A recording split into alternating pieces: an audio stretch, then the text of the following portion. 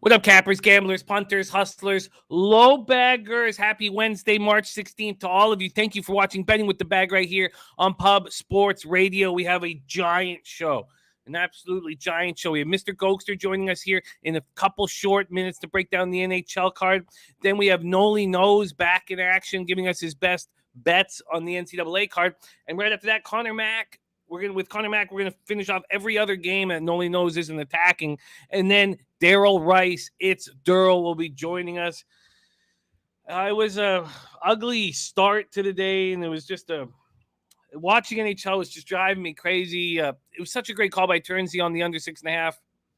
I don't know why I didn't bet it. I'm just gun shy. I went 2-1 in NHL and was still livid. Just felt like I left so much money on the table. Islanders, Washington over 5.5 cash. Jets minus 110. Should have taken them on the -1 line. I don't know why I was such a pussy. Cashed. Boston, Chicago over 6 was terrible. And the night started so angrily because we talked about how good the Grizzlies are without John. Then, of course, Kyrie goes for 60. God. So I go 0-2 in NBA, 2-1 in NHL. Then 2-2 in NCAA basketball, and Colorado's up 10 in the second half, and they win. I have a winning night. They win. I'm in the black. And they can't hold on to it. So 4-5 last night. Very, very irritating. There's Nuke Worker now. Says, good morning, guys. Sitting at the Tampa airport waiting to board my 12:25 flight back to the Great White North. Depression slowly setting in. Good luck with your plays. There's Ryan Kozlowski says, Chapman to the Jays. Wow. Yes, this Jays squad is becoming a juggernaut. It's an enormous amount of games to prepare for, and it's a battle. And with the stats, it's just such a battle. But I have one thing that is a light through the clouds, a sunlight through the clouds, and that's that Pubba-Palooza is 8 days away. 8 days away to Pubba-Palooza, which means I will be in San Antonio with your next guest in 6 days. Who's ready to party in San Antonio?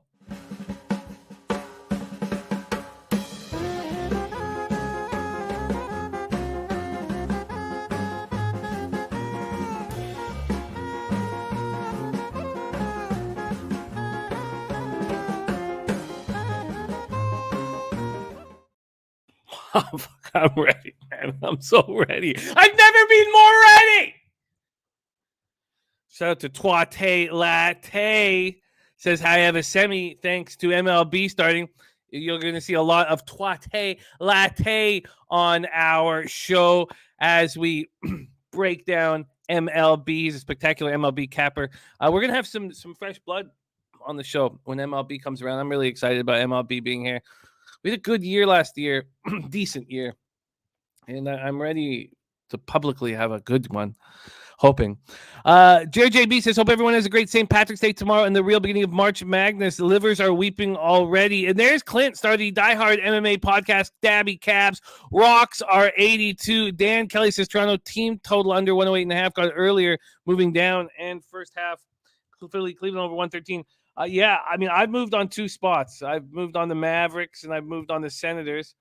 And don't think I didn't notice the market moving heavy against the Raptors. I mean, that opened up at 3.5 at some books. It's down. It was down to 1 this morning. I still think the Raptors take care of business, but clearly, they're a young squad and a couple nights in LA. It's dangerous. It's dangerous. In 2003 in LA, I chipped my tooth at a Victoria's Secret fashion show. It's a dangerous city. I got egged in day 4. On day 4. Day 4 in LA, I got egged on Echo Park Boulevard. Not just 1 or 2, like a whole bunch of shots. They didn't even hide themselves. All right, we got to get right to work. Mike M says Nets are in angry mode. They put everybody on notice. Well, they're going to lose tonight, I think. Turnsey says 3-1 in NHL last night. Called back goal and 3 posts in the third in Florida. Kept it from being 4-0. Okay, we got to get to work. Shout out to everybody for joining us. Thank you guys so much. Nasty Nate, Dennis Garcia, Serious Business, Mike M, Mark Schillingberg, North Ender, Deacon Mike, of course. You guys probably noticed, catch with Missouri State team total over, and he made a big boy bet on it. Where was I? That's the real question. Where the fuck was I? There is Razor Sharp Pick, says, what up, Jimmy? In chat, let's get paid today. Pick 5 coming soon. I will be joining Razor Friday night with a bottle of Kraken. You know, I don't drink during the week anymore. This is Angry Sober, Jimmy. Friday night on Razor Show will be Happy Drunk, Jimmy. Okay, we got to get to work. I love you guys. Thank you for joining us. A lot of work needs to be done here on this show. So let's bring on your first guest of the evening. His dad starred for the Belleville Bobcats in the mid-70s. Went on to St. Louis University. Over a point a game there. Boston University. Then he plied his trade in Italy. And some monster years in Italy. We're talking, in Murano, putting up 70 points in a 23-game season. I mean, just a monster. Just soft hands. The guy could put the puck in the net. And here is his son. A great hockey capper. Please welcome Mr. Gogster. Hey, what's going on, guys? How are we doing? Thanks for that intro. Yeah, the old man, he could play hockey. He was all right. He actually made his way to the Olympics, too, for the Italian squad there. Team Italy scored 3 goals in the Olympics, too, Jimmy, and assists. So, Dad played a lot of hockey. Unfortunately, didn't pass it on to me. I'm here with you guys. I'd rather be here with you guys. Fuck playing in the end. I'd probably... Who knows? I turn out like Johnny Gaudreau and be addicted to cocaine. So I'd rather be here with you guys. It's going to be a good time. Let's cap this card. Ick Schnizzle, everyone else, Dan Bonner. It's 4-game slate, Jim, but I think we got a juicy one, brother. Goatster, if I send you some skating tape, would you critique me? I could do my best. Like I said, for a guy that I played a bit of hockey growing up, but I didn't play like rep or pro or any of this stuff. I could tell you what you got to know, but the old man, this guy, guys, he could it's great, Jim, just watching hockey with him. He calls the offsides, he starts chirping the refs too. My dad will start calling out by the numbers, 91 here, doesn't know what he's doing. But look, it's your dad had a very special career, and it makes me disappointed in you a little bit more than I was. Seeing what a special career he had, Mr. Gogster. But we got to get to work here. We got to get to work. Heavy. The weights, I swear to God, my dad doesn't want me. Well, your dad loves you, right? But I swear to God, he doesn't want me, doing. I got a hole-in-one once with him, Jimmy, right? He goes, "Oh, right on, Eric. Nice job. I got 2, though. You got 1 more to beat me." Oh, thanks, Dad. Appreciate it. First thing he says, I haven't beat him. Like, it's always, I swear to God, it's a competition with the old man. But anyways, thanks a lot, guys. I appreciate the love there. It's tough to impress the old man. Well, he look at his his height, weight. I mean, it's Gretzky out there, 5'11", 174 pounds. Here's another story he told me too. He played against Gretzky when he was with the Toronto St. Miners or whatever. St. Mike's. St. Mike's. Yeah, he played against him, and he said he was first, or he beat Gretzky in the scoring apparently before when he was with the Bobcats. That's a story he's told me too. So I'm sure that would be a story that would come up. We're ready to get to work right now. Big shout out. We have Dutch Boy Fresh in the house. Those of you who watch our NBA show know that he's hit 15 straight freshest looks. 15 straight freshest looks. If you want more, catch the show at 4 p.m. Eastern. Kristen asked me if she can heckle you on your return out of retirement. Yes, of course. And Twatty being just adding a little says my dad used to beat me. That's what Twatty says. I got beaten with hockey pucks. Yeah. Okay, let's get right to work. Thank you all for joining us. We have NHL, then NCAA basketball, then NBA. We have a ton to get over. And let's start right off the hop where I've already moved on this game. We start at 7:30 p.m. Eastern. The Columbus Blue Jackets 30-27-3, 13-15-0 on the road at the Ottawa Senators 21-33-5, 11-18-2 at home. Canadian Tire Center in Ottawa, Ontario. We have Elvis Merzlikins going up against Anton Forsberg. Merzlikins 21-15-3, 3.44 goals against average, 902 save percentage, 2 shutouts. Forsberg 13-11-2, 2.83 goals against average, 916 save percentage, and 1 shutout. Yeah. There is our guy, Big Show in the house. Big Show picks. He's in San Antonio. He's got his feet on the ground, setting the groundwork for our giant Pubba Palooza. See you soon, Big Show. So let's pull up a couple things. First off, it went from minus 145 down to minus 140.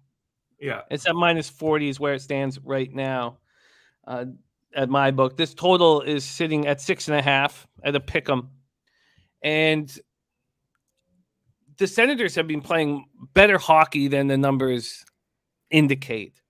And I do not trust this Columbus Blue Jackets without their captain, Boone Jenner, out on the ice. Columbus power play is the exact same as Ottawa's, 18.3%.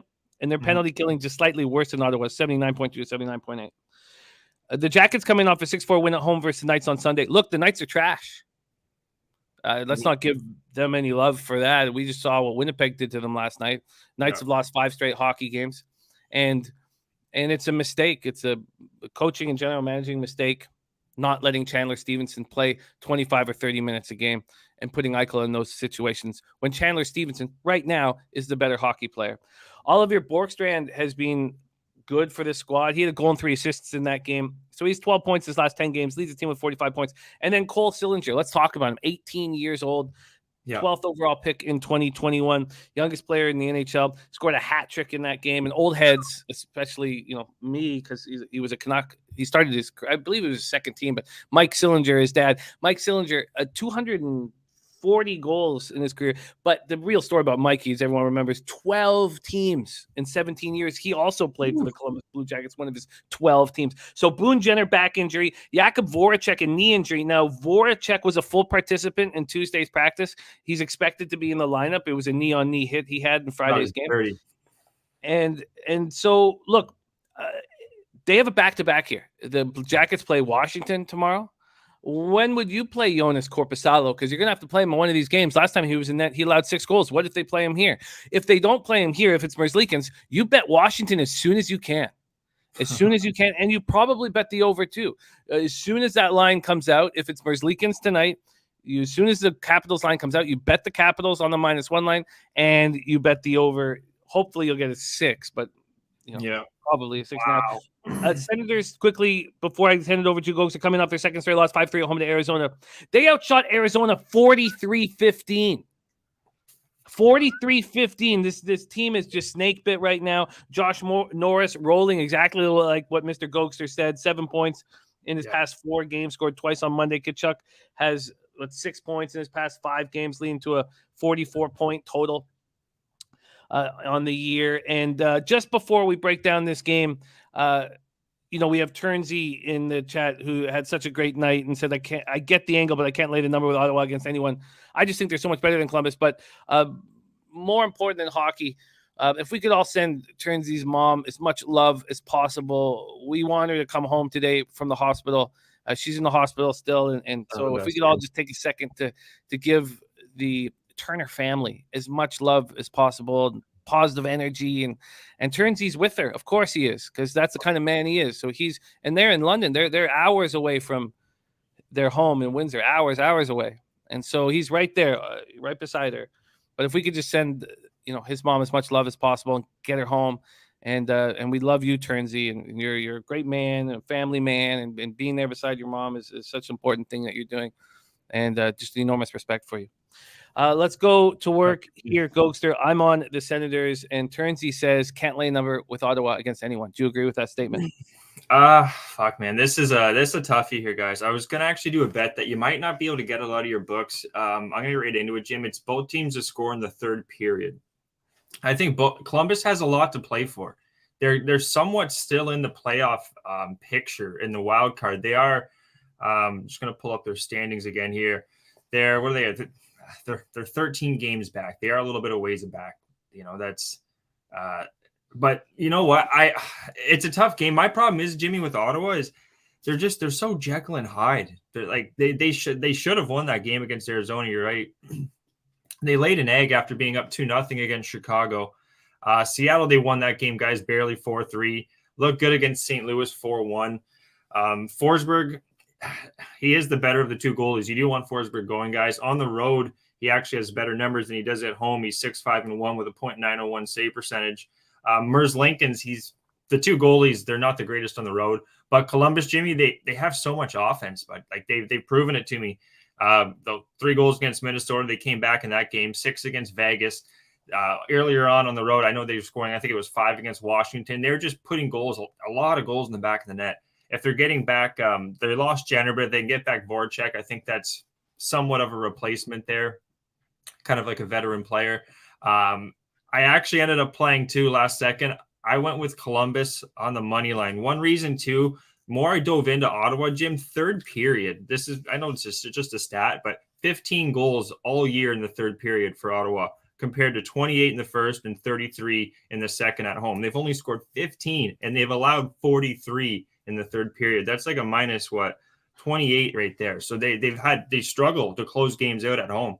And going up against a team in Columbus, I just think they're still going to be hungry. If it's Korpisalo, there's problems there. I think he's one of the worst goalies in the league. If it's Lakens, I think Columbus can get it done. I already did play it too, plus 120.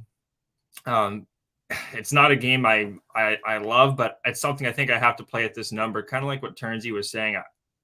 I wanted to get Ottawa. If Ottawa was a plus, if this line was flipped, which I guess I could be crazy for thinking that, Jim, I would be on Ottawa. But at the plus money on Columbus, I'm going to be on Columbus and both teams to score in the third period, because I do think it's a game where Ottawa is going to come out strong too. And it's not like Columbus has the strongest defense there, guys. So I'm going to be on the other side there, Jimmy.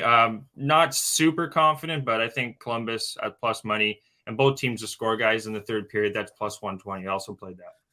And Merzlikins is in. Confirmed. Merzlikins is in. Clint says, isn't this just an over?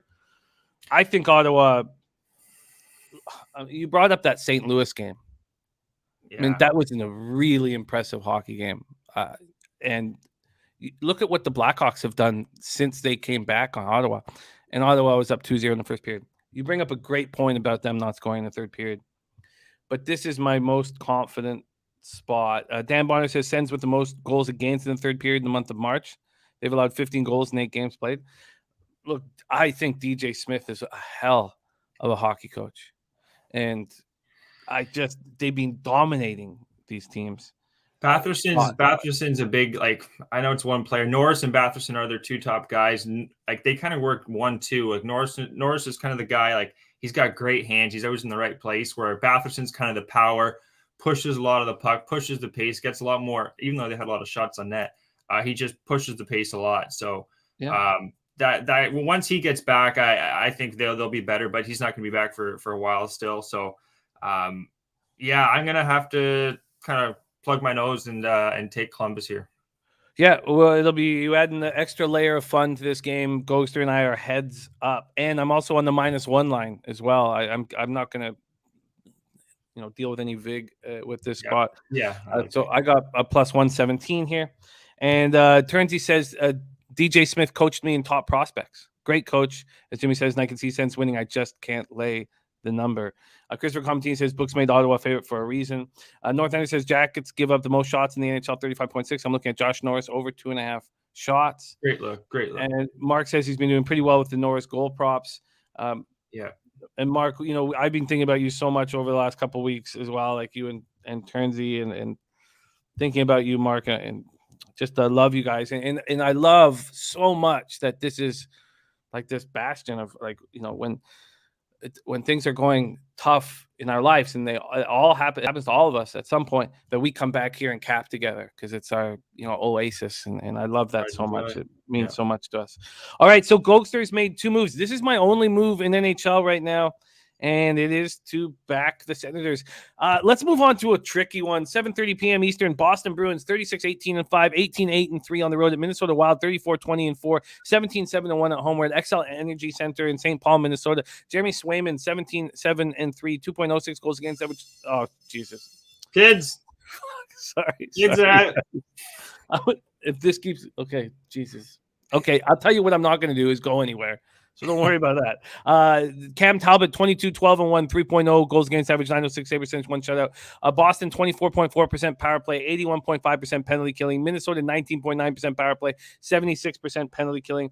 The Wild are a problem. We've talked about the $14 million that's going to be added to their salary cap next year with Suter and Parise. They need to win now, and they're scuffling horribly, and it's because Cam Talbot's the goalie we remember him being, not the goalie from last year, and Kakinen has not come in and done anything for this squad. They've made a trade. They pick up Jost off of the Avalanche. How much is that going to help them? They need to do something, and they need to do something now. They need to do something now. Thank guys that I better can see all this artwork. Okay, so let's move forward here. And also, we have two different Pub Sport Radio bracket groups, one for free, which I'm not going to have anything to do with because my time is money. One for $50 that I will be all over. So if you want to be in the $50 one, hit Jose up on Twitter. Okay, so that'll be fun. So Bruins are on the second half of back-to-back after their third straight win, 2-1 of the Blackhawks last night. 10-1-1 over their past 12. Pasternak, Marchand, Bergeron, we know what they're going to give you. But the other players have been stepping up as well and giving them depth. Wild coming off their second straight loss, 6-2 at home to Nashville on Sunday. I keep thinking that, I expected them to take care of Nashville. Nashville is obviously better than I think they are. Dan Bonner, just connect to our guy. And Spenny is a bracket too. I didn't know. Just connect to our guy, Jose. Jose, can we put a link in the chat for the cash one? Is that DM me on Twitter at Jose Bouquet. At Jose Bouquet. At Jose Bouquet. On Twitter. Kaprizov, Zuccarello, Fiala playing so well. If we were talking about what team has the most depth, I thought the Wild had more depth than the Bruins. I was certain the Wild had more depth than Bruins. Yeah. But this depth, these pieces, maybe it's just the goaltending. Maybe it only comes down to goaltending and not having faith in your goaltenders. Take it away here. Goatster, Bruins, Wild. You know what? This is one, guys. I'm pretty strong on this. Even overnight, coming into this morning, Talbot, he is 10-4-1 at home. He is a little bit better than he is on the road. They beat the Rangers. This is with Talbot. Sorry, let me try this again. At home, sorry, let me try to get this out, guys. At home, New York Rangers. Talbot, he beat the New York Rangers. He lost to Calgary. He lost to Florida. He beat Carolina. Those are four really tough teams. Carolina, Florida, Calgary, and New York Rangers. Now he's got Boston, another tough team. Looking at Swayman, though, guys, Swayman's numbers, Jimmy, I think they're a little skewed, you could say. He's had 2 wins against Ottawa on the road, 1 against Detroit, 1 against San Jose, 1 against the LA Kings, and 1 against Columbus. None of those teams really scream playoff. None of those teams are in the playoff for that matter. Now you got a Minnesota team that's now in the wild card picture, so they're almost on the outside looking in. I think this is, and it's a back-to-back, guys, for Boston. They actually had to play pretty damn. They're lucky to win that game. Chicago played a really good game. I think that's going to take a little bit out of them. What I'm getting to, guys, is I'm going to take Minnesota 2 ways to first period and full game money line, Jimmy. I think this is a Minnesota play. Despite what you're saying, we've been on them so many goddamn times. They've kicked us in our ass, but they beat Detroit 6-5, beat the Rangers 5-2, lost to Columbus 3-2, lost 6-2 to Nashville. They're really Jekyll and Hyde. They're probably not going to go too far in the playoffs, guys, but I do think they beat Boston here. The numbers getting a little, it's actually going the other way, Jim. I was just looking at Pinnacle before the show, guys, and it's back to minus 105 on each side. I'd recommend taking the money line on Minnesota and the Minnesota first period money line. I got that at minus 111. It's now minus 110. I'm taking Minnesota. I think even a minus 1 line, I think they beat them here, Jim. I think Minnesota, I think they beat them. Smash spot. Clint said, I said it before, Bruins have no heart. Punch them in the mouth and they cave. Patrice Bergeron, you can't say that Bergeron, their leader, captain, that's has two-way no heart. player in the league. You can't. So if your captain is Patrice Bergeron, you can then not say the team has no heart. How many times he won the Selke, held the Stanley Cup over his head, plays on the number 1 line for Team Canada, they win gold with. Yeah. And the Selke is the best 2-way player, no, Jim? Yeah. So, look, I get it, and I respect it. In North Ender says, I see goals here. Yeah, I can see goals too. Minnesota's. This is one thing I didn't bring up, guys. Their penalty kill, Jimmy, and since the month of February, God damn, I can't talk. 63% penalty kill. There's problems there, so that's not the greatest. But you're going up against a 12% road power play for Boston. Minnesota's got 26%, 77% penalty kill for Boston. So I could see some goals, even a Minnesota team total over. If you guys want to get nuts, 3.5 plus money. But I think first period full game money line. I would kind of like Vancouver yesterday, Jimmy. How I said I was really high in Vancouver. I think could be the similar game. 5-3 could be a higher scoring game, just like that. 6-3. Minnesota, I think, get the job done. Well, you're on the same side as Dennis Garcia, which is a good side to be on. He is on Minnesota Wild money line. Huh. Yeah. It's Swayman's games, Jim. Like if he beats Minnesota on the road here, that's going to be his best win he's had since beginning of the year, since 2022. Ottawa, Detroit, San Jose, LA Kings, Columbus. It's by the way, Mark, I don't think he's the best two-way player in the league anymore. Sid's a better two-way player than him now. Sid's younger than him. Sorry. So money line. First I like it. I like it. I like it. Maybe you'll instill the confidence in me to do the same. Talbot's the question mark. I hear you. But I get it. Like I know this is a situation where you're probably taking a huge advantage. I mean, can you imagine a month ago if Boston was on the second half of a back-to-back in Minnesota? Wild would be minus 140, right? Yeah, 145 exactly. Yeah, and it was minus 120 too. The line went first. I don't know if the sharps or whatever you want to call them. They hit Boston at the beginning of when the line came out, because when I woke up this morning, it was actually moved towards Boston's favor. But I care less. I could give a shit if the line's going that way. I do think the Wild get it done at home too. Kind of like Winnipeg. These guys are a strong home team. Beating the Rangers is impressive. That was a fascinating game I really wanted to spend time on, but we got to speed things up here because we have NCAA basketball coming here with Noli Knows in just a few minutes. So let's move on to the next spot on the board. Shout out to Millsy MMA Locker Room, J Soul Picks, Jimmy Gomez, Danzo, Slatsy, Johnny K, North Ender. I hear you, Jay. Next up, we have 10 p.m. Eastern, New Jersey Devils, 22-32-5, 8-18-2 on the road at Calgary Flames, 36-16-7. 18-5-5 at home. Scotiabank, Saddledome, Calgary, Alberta. Gillies may not be in net now. It's possible that I think I'd probably go with Gillies. I mean, it's probably a mistake to think that Nico Dawes is. I mean, what is he? I mean, yeah, he's had a good 10 games. A cup of coffee, but you should probably give Gillies a chance here. But Gillies did not look good replacing him. I mean, you're just in a mess. So how do we take advantage of this? Because I looked at Calgary minus 1.5, and I was like, it's expensive. It's juicy, but I don't know how don't they win this? They've been destroying teams. Look what they did against Detroit. They had like 6 shots going into the third period. Coming off a loss too from Calgary. Yeah, it probably should just move on it, but it's already been moving even at this huge price. Devils are on the second half back-to-back after losing 6-3 Vancouver last night. Fewest road points of any team in the league this year. Zacha got hurt in the first period. He's doubtful. That's going to hurt him. And then Flames had their 2-game winning streak snapped in a 3-0 loss at Colorado on Sunday. It's the first time Calgary's been shut out all year. They outshot Colorado 46-32. They lead the league in home points and home wins. So they're just since January 17th, they're 14-1-1 at home. Markstrom going to be back in net. He didn't play in Colorado, so he's fresh. They have lost Oliver Killington to a injury, so not sure about that. But take it away here, Gogster. You think this is worth the price at minus 1.5, which would be minus 125? Oh yeah, minus 125. I see minus 128, even minus 130. Pinnacle. I know our guy Pete Loshak says anytime Pinnacle has a line higher than say your bet 365, something like that, then it's usually a good spot. Yeah, I think this is a Calgary spot for sure. Gillies, Nico Dawes, toddler shoulders, Jim, really small guy in net. He was looking good, but saw him here in Belleville. I've been telling you guys about it. I think he's going to be good in the AHL. They've rushed him up too quick. Gillies, if anything, should be the guy. He's been around in the AHL, Stockton, and then he was obviously on the Utica team. So he is going to have to be their guy going forward until they get Blackwood back. I really don't know what's going on with him. I think he's got an ankle injury or something like that.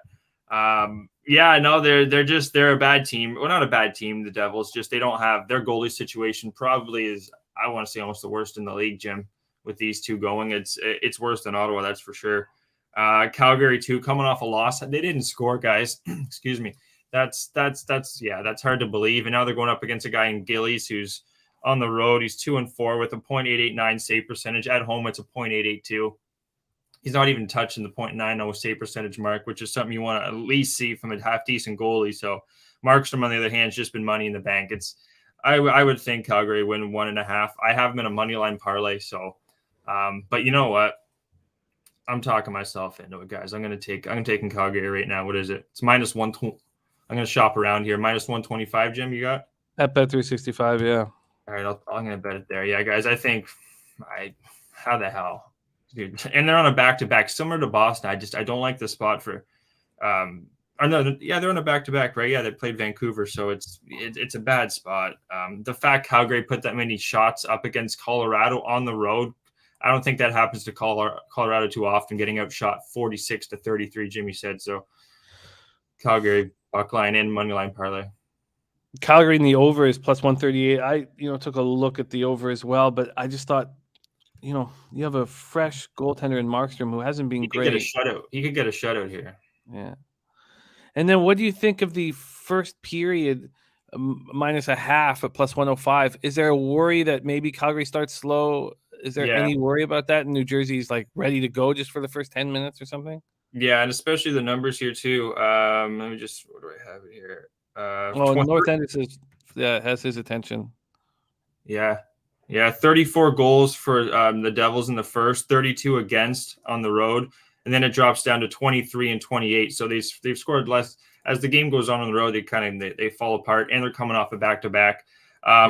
Calgary only gets stronger as the game goes on the at home. What do I have here? 29, 35, 36, allowing only 16, 16, 21 at home. Yeah, I'm going puck line here. I'm going to bet it right now before it moves. Puck line on the Calgary Flames, guys, and also a money line parlay piece. And Ron Crawford's spreadsheet play of the day in NHL is also Calgary -1.5. Maybe it's just a must bet here. Okay, so let's get this final game in, and then we move over to college basketball, and we have a ton of games to break down. Next up for us, 10 p.m. Eastern, Tampa Bay Lightning, 38-15-6, 19-10-2 on the road at Seattle Kraken, 18-37-6, 10-17-3 at home at Climate Pledge Arena in Seattle, Washington. We have Vasilevsky and Grubauer. Vasilevsky, 31-11-4, 2.4 goals against average, 918 save percentage, 2 shutouts.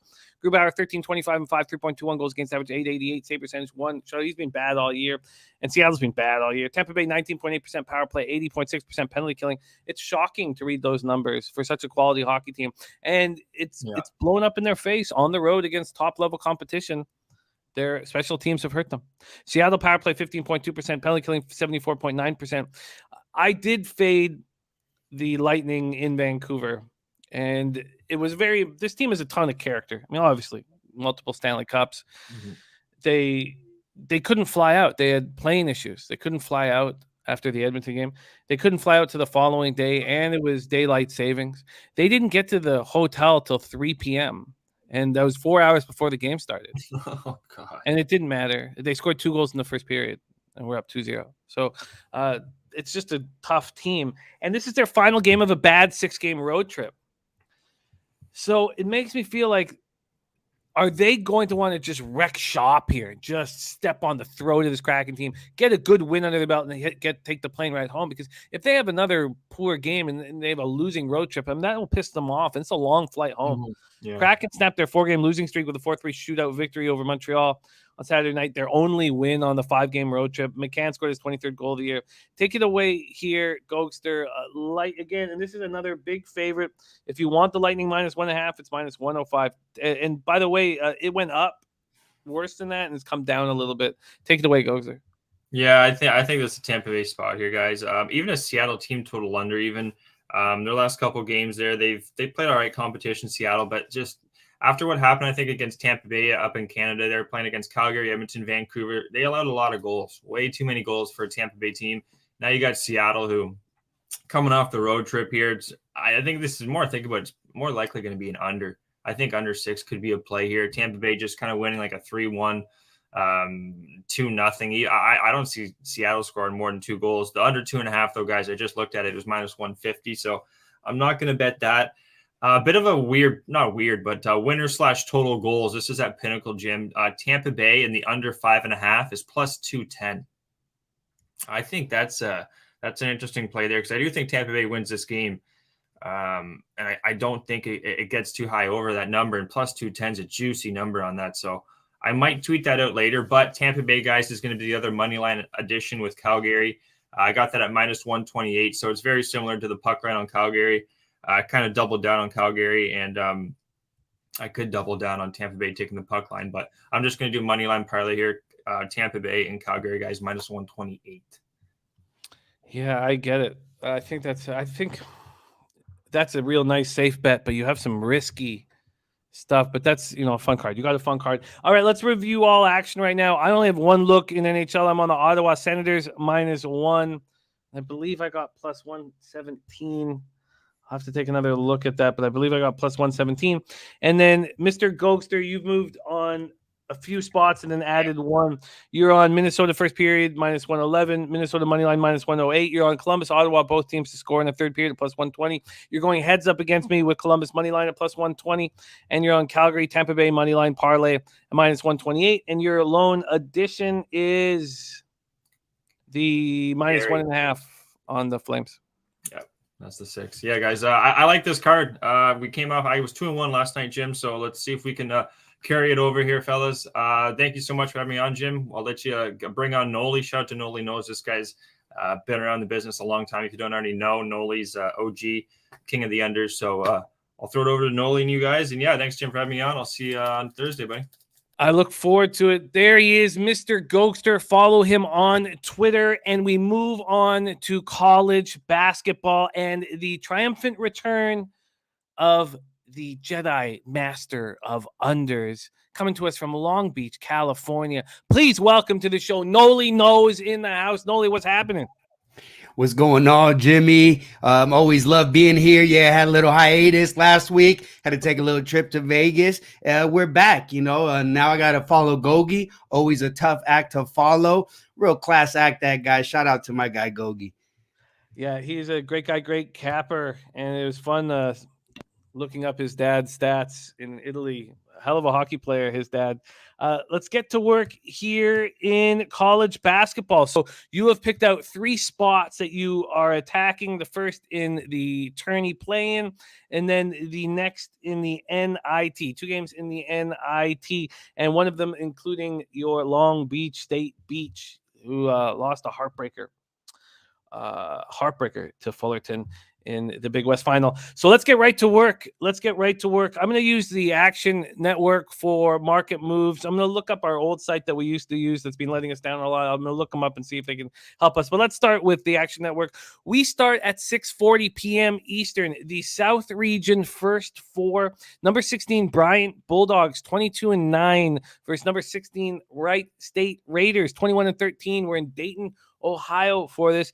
Bryant had an impressive run in the NEC. Very impressive. They won 17 of 8 games on their way to the conference championship. They completely destroyed Wagner. 70-43 blowout in the NEC final. And it says here, now I'd like to pull up, God, I don't trust any of these sites anymore, but it says Bryant opened up as 2-point favorites. And it's now 3.5-point dogs here. So I will double check to make sure that is legitimate. This total, though, Noli, is climbing. Opened at 152 all the way up to 155.5. Wright State comes in off a 5-game winning streak. They defeated Cleveland State in the semis of the Horizon League, then defeated Northern Kentucky Norris in a wildly exciting game, 72-71 in the finals, to have this opportunity at the play-in game where all eyes will be on them. Take it away. Noli Knows, Bryant, Wright State. Yeah, interesting game here with Bryant and Wright State. You talk about that game with Bryant last time with Wagner. Game got a little interesting in the stands, they started going at it a little bit. One of the players tried to go into the stands to protect them, was kicked out. But what we witnessed in that game is the same thing we witnessed time and time again, and that's Peter Kiss taking over the game. Shot 13 of 23, had 34 points. And a big thing that I recognize also, the guy doesn't just lead the team in points per game, also leads the team in steals per game. Little over 1.6 steals per game. And that's something that I like to see out of their star player, especially when we look at down the stretch here in these games. Last few games for Bryant, they've really been bringing it defensively. Last 4 games have stayed under the total by an average of 12 points. Big reason for that, like I mentioned, their ability to really clamp down defensively. They're 90th in the nation in 3-point defense, allowing just 32.1%. And effective field goal percentage of allowed, they are 60th in the nation, allowing just 47.4. And a team that, when we look at Bryant, you look at their points per game, they look like they can produce a lot. But I mentioned it already, a lot of that is Peter Kiss. But as a team effectively shooting, they rank 222nd in the nation in effective field goal percentage, which is not really going to get it done. For Wright State on the other side, I can understand why the number is set what it is, the pace of play at which these players play at. But with Wright State, when I look at their totals and what they've been able to produce over the last 15 games since January 25th, only 3 of their games have gone over this total of 155, 154, and something that I just don't expect to continue to happen. A big problem with them is their 3-point shooting or inability to shoot. They rank 263rd in the nation shooting from 3-point, and going against a 3-point defense that ranks 90th in the nation. So I think they're going to have a tough time here. That is a neutral court technically. It is technically a neutral court, but only 12 miles away from Wright State. So I can understand why some of the movement will go towards Wright State. But to me, I just look at this total, and the total of 155, I think they've over-adjusted. And a game of this magnitude, I don't expect to go over. I mentioned Bryant, last 4 games stayed under the total, and that's the only way I look. I like it. Let me line shop for you here and get you to the under. You're staying off a side. Yeah, I'm not going to mess with a side here. I would lead towards Bryant because of what they do defensively and what they're able to do, what they've shown capable of doing. Whereas Wright State, they're ranked 260 something in the nation in effective field goal percentage defensively, and that's something that just can't back. The being so close to home, that's a problem for me, and that's why I understand Wright State should feel like it's a home game, so that's tough to go against. But for me, I like the total. I think they've over-adjusted. At the end of the day, 154 is just a bit too high. I understand these two teams push a little bit more pace than some of the other games I might cover, but I just don't see it. Okay, I will line shop for the under. That is the South region first 4, and we've seen this number go up, and it makes me think that if I want this, I should wait and see how high it goes up. It's at 155 at Pinnacle, and I'll see if I can get the hook for you as well. Let's move on to your next spot. We move over to the NIT. And Dan Kelly says Indiana had the home court advantage in Dayton last night. Wright State named after the Wright brothers, who were from Dayton. And Rodney Barton says each of Wright State's last 11 games on neutral court have gone under 155 points. There you go, right there from Rodney Barton. Dayton Flyers, 7 p.m. Eastern, 23-10, 6-5 on the road at Toledo Rockets, 26-7, 13-1 at home. Again, we've head over to the NIT for this spot. And let me just move over and give SBR a chance here. We have a opening line at Pinnacle at -1, and it's moved to -2. That's at +101. There are 1.5s on the board. This total is dropping. It's gone from 145 down to 142.5. We're at Savage Arena in Toledo, Ohio. After defeating UMass 75-72 to start the A-10 championships, the Flyers lost to the eventual champion Richmond 68-64 in the semis. It didn't look like a good loss at the time. It became a better loss when Richmond made the tourney. After winning the MAC regular season, in that final game of the MAC regular season, I believe it was against Bowling Green at seniors night to clinch the MAC regular season. They win by 45. that clearly was not the Toledo that we ended up seeing, because they barely got by the Chippewa, Central Michigan, to start the tourney, and then they lose to Akron 70-62 in the semis. This was a team that had high expectations that fell flat. Take it away here, Noli. Dayton Flyers, Toledo Rockets, NIT. It's all yours. Yeah, you mentioned it right there with Toledo, and that's something that you've seen a recurring theme with them over the course of the season, is that they'll beat up on some of these worst teams. So I think some of their numbers might be a little bit more inflated. And when we look at defensively, I think they're a little bit better than what they're given credit for as well. 47th in the nation in field goal percentage allowed, allowing just 47%, and 56th in the nation in three-point field goal percentage allowed, just 31.2%.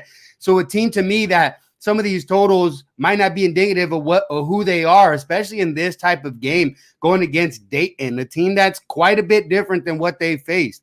Dayton is a team that controls the possession a lot more. They're 342nd in possessions per game, just 65.7. And field goal attempts per game, they rank 339th in the nation, just 53.5. So initially, when I saw this number, I jumped on it right away, because I look at 144, and I'm looking at games for Dayton. You go back since January 25th, not one game has been lined at 144 or higher. So this number to me is an adjustment towards Toledo and what Toledo has done. But to me, I like what Dayton can do. And at a number is sitting in the 140 range, I'm looking one way, and that's under. This is a team in Dayton that is very efficient defensively, 58th in the nation from effective field goal percentage. But 3-point, they give up a little bit more, but just 32%. And to me, those are the things that I look for, and I love seeing this number. A big reason I think it's crashing is because I think they've just gone a little bit too high. We look at Toledo, they've been clamping up a little bit. Their last 3 games have gone under the total, and 6 of their last 8 games have gone under the total. To me, it's just way too high, and 140 points, I got to take it all day long. Well, let's lock you in on it. I can get you that 155.5, by the way, in Bryant Wright State. That's available right now at FanDuel. And FanDuel's dropped this one very low. I need to go to some other books to beat it. It's a full point lower than Pinnacle right now. Dayton Toledo at Pinnacle's 142.5. It's 141.5 over. And it's 143. Beautiful. 143 at Circa right now. So this market's moving very quickly to the under, if you believe, if you follow FanDuel as a market indicator. But under 143, I'm happy that we can get you that, because you got in at 144, and it sucks that you have to get the worst spot here. And Ski Profit saying Toledo last 5 games average like 82 points per game. It's scary to play the under, but if you look at what Toledo did in the tourney, put up 62 in the semis. And what I believe it was 72-71 or 71-70 against Central Michigan. So I hear you, Ski, but I think that's just inflated from that 96-point blowout against Bowling Green on seniors night to win the conference regular season title. And that messed with my head, because I expected them to look good in this tournament. I expected Kent State to look good as well, but some other things got involved with Kent State falling apart. We'll talk about Kent State later on. All right, so we've got Noli in business. The under 143 in Dayton, Toledo, and the under 155.5 in Bryant Wright State.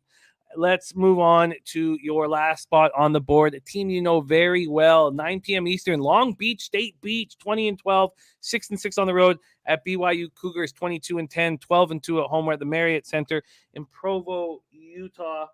Let's see what we are dealing with here in this spot. We have BYU opening up as 11-point favorites. That's moved to 11.5, and this total is skyrocketing.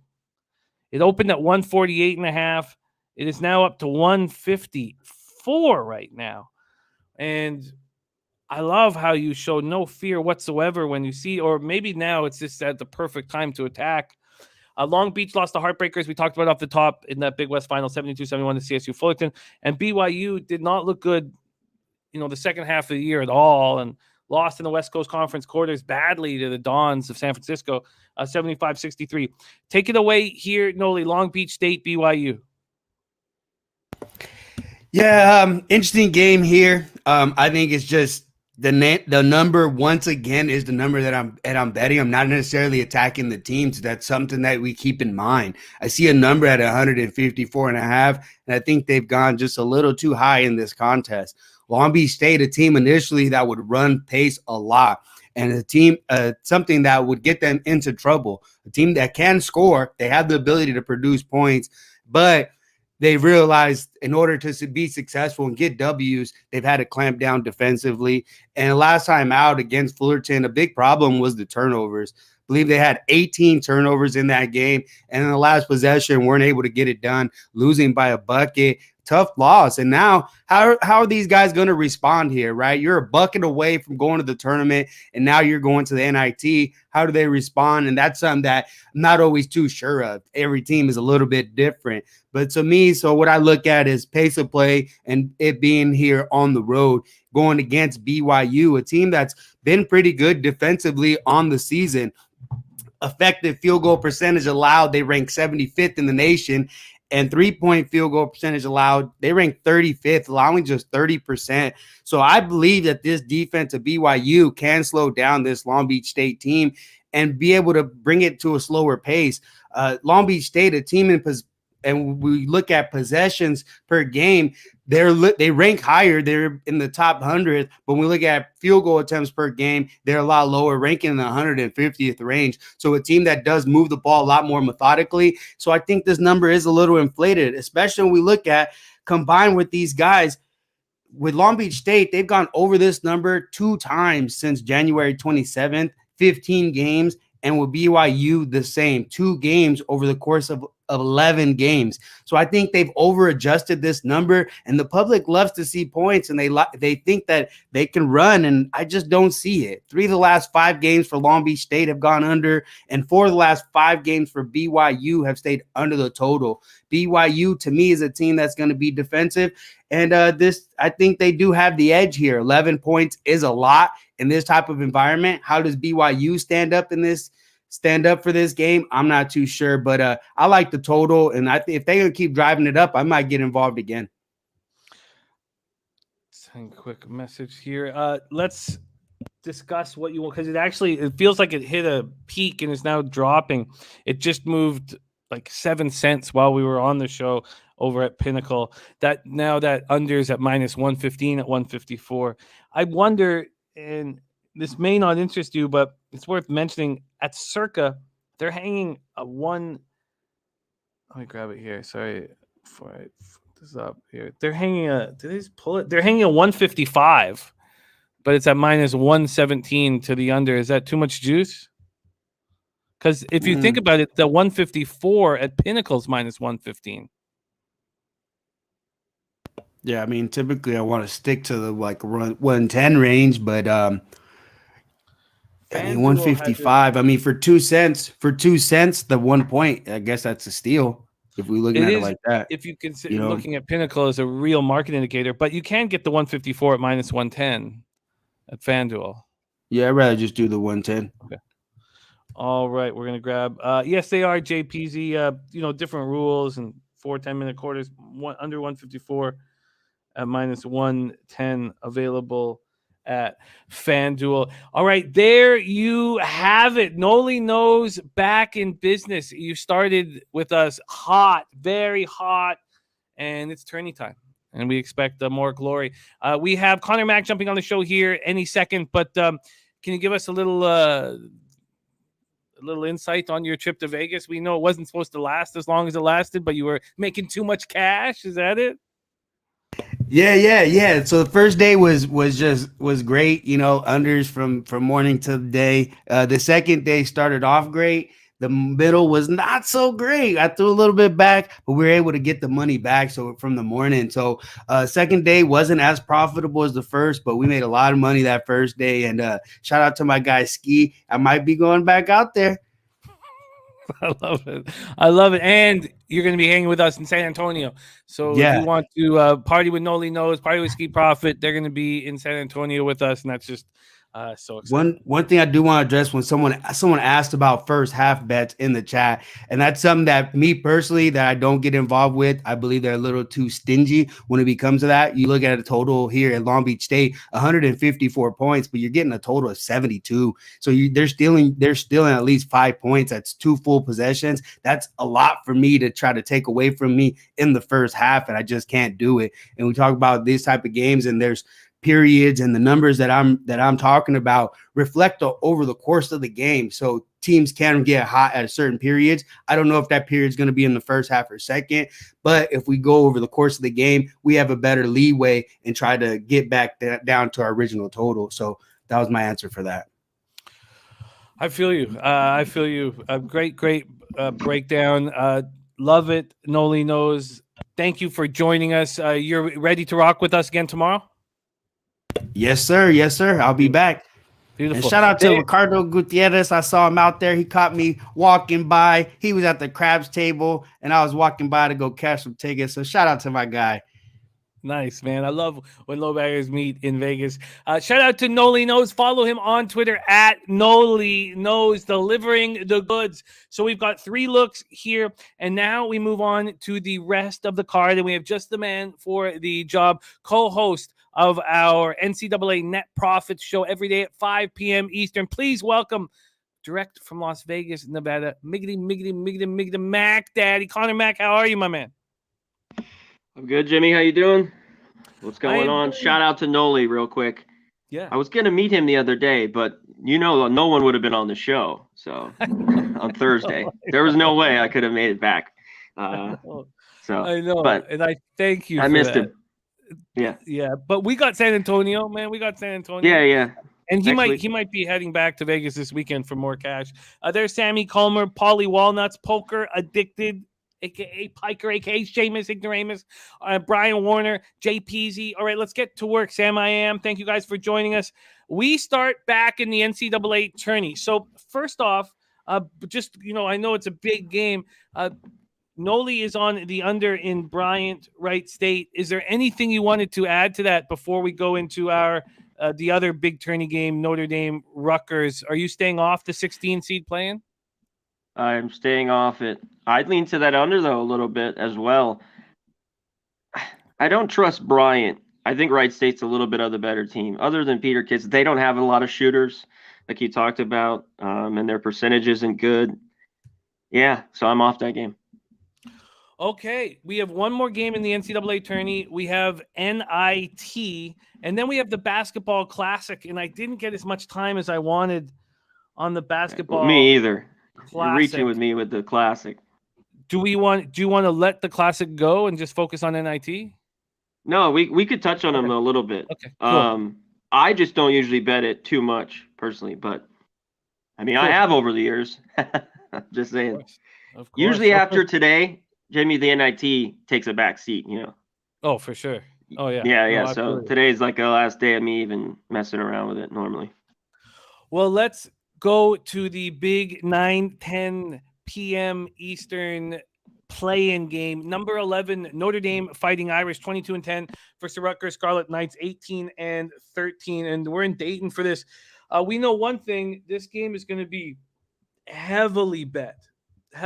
So let's just get an indication of where the cash is and where the market movement is for this one. We don't need to care too much about it because the sample size is small on the other games, but this one is going to be monstrous. So let's take a look at what the live odds here are at Sports Insights and see what we are dealing with. And 26,606 tickets in. By the way, for the Bryant Wright State, that's another one with huge ticket count. We won't bother with any of the others. The only other one, maybe Towson Wake Forest, but 22,000 in the Bryant Wright State. It's 50-50 on the tickets, but 71% of tickets are on Wright State, and we've seen a big move towards them in the market. And then move on the over, and we've seen that total creeping up and up and up. 65% of tickets, 99% of cash. So everybody betting the over in Bryant Wright State, which is, well, you're going heads up against Noli, those who are doing it. And then in Notre Dame Rutgers, we have 42% of the tickets on Notre Dame, just 24% of the cash. So let's see if that follows suit with big move towards no, not at Pinnacle. Pinnacle opened Notre Dame at -1, and that's where it stands right now. Let's just take a look at what the Action Network has for this one. See if it's any different here. The Action Network has Notre Dame. Yeah, no difference really. So huge money coming in on Rutgers, and it's not changing anything here. From a total situation, it opened up at 132. It's now at 134.5, and we have 58% of tickets on the over, but just 37% of cash. So the market information not helping us here. Irish come in after losing in the quarters of the ACC tourney to eventual champion Virginia Tech, 87-80. Didn't look like a very good loss at the time, became a pretty good loss. Rutgers lost to Iowa in the Big Ten quarters, another eventual champion, Iowa, 84-74.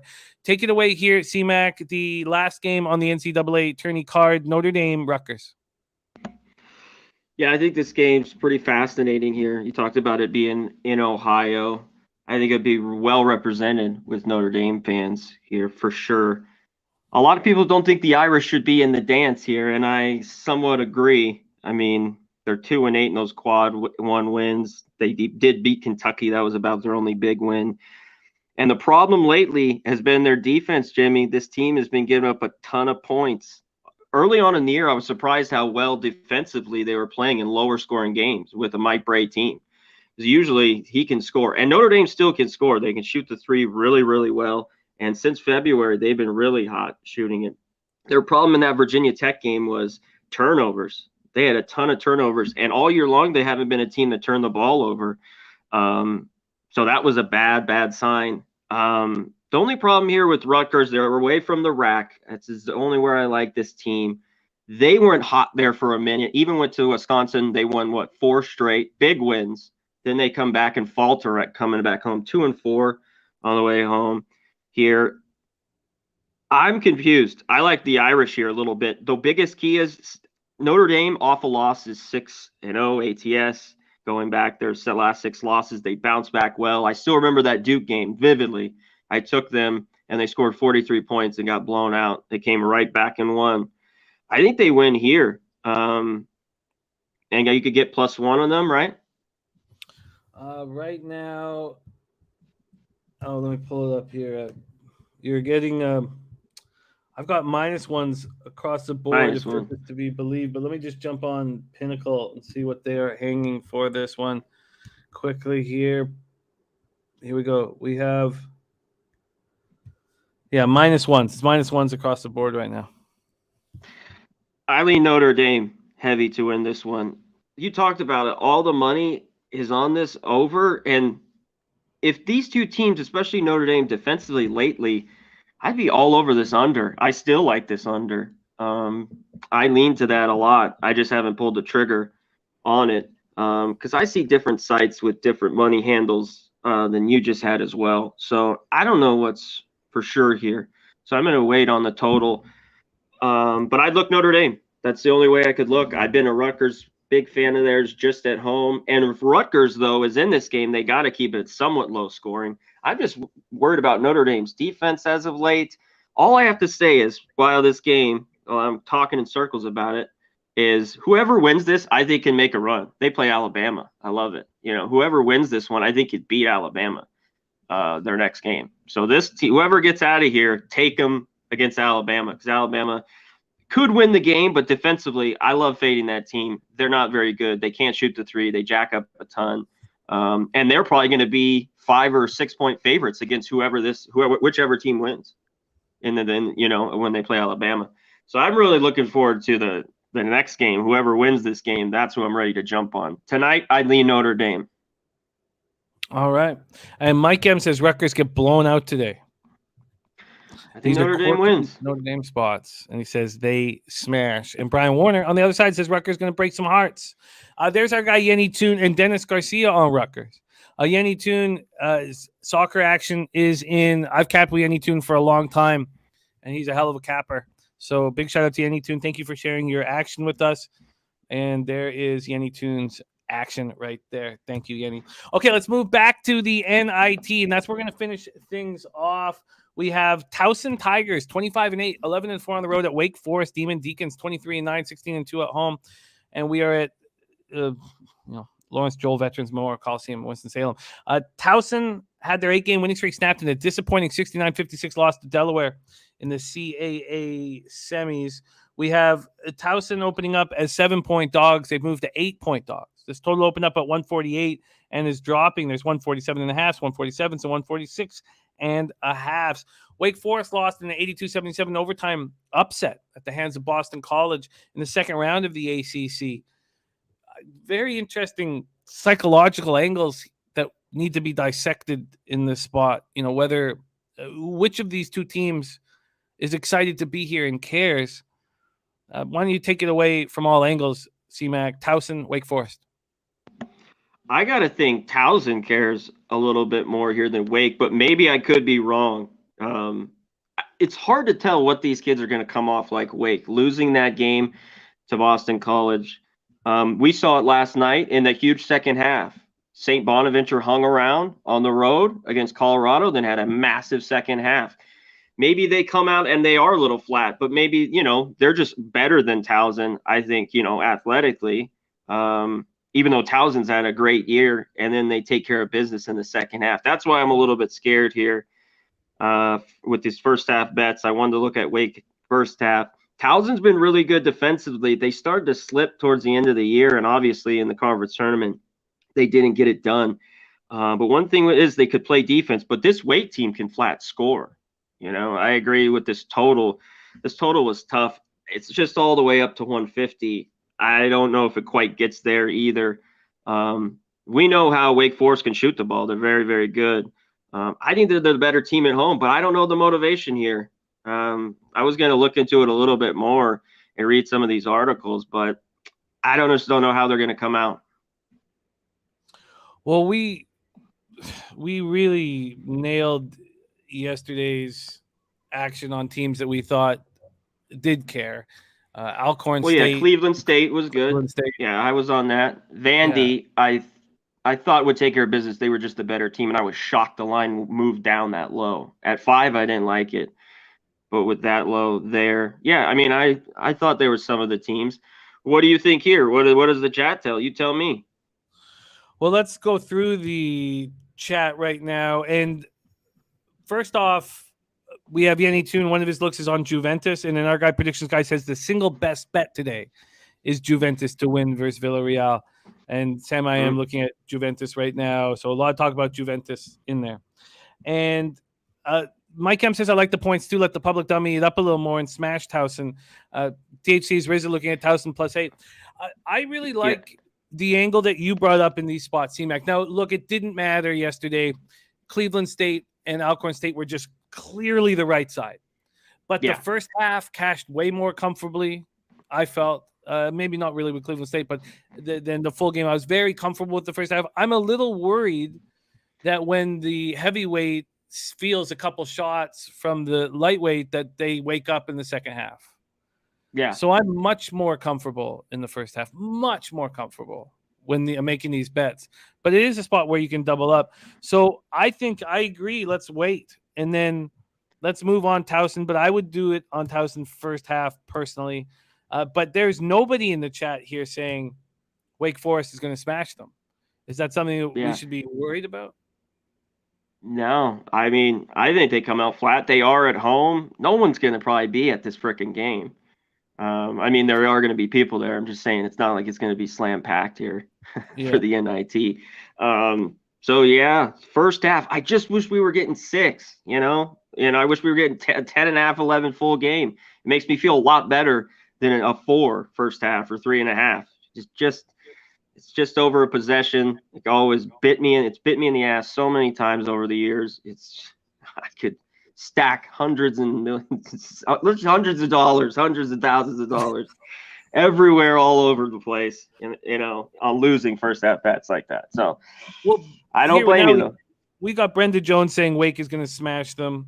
We have Sam I am says it's got to be Wake for sure. Eric Jones giving us a final score of 82-65, Wake -8. Nikolai Jubitsky saying such disrespect for the ACC. So the ACC is slipping though. I don't think, and then the last few years. And Brian Warner says Towson. Daryl Turner says Wake Forest has unfinished business this season. Lean Wake Forest. Well, I agree with you that there's not enough points quite yet. So I'm going to hold off a little bit here. But this game means a ton to Towson. It's a huge opportunity for Towson after the loss to I Delaware. think they are, yeah.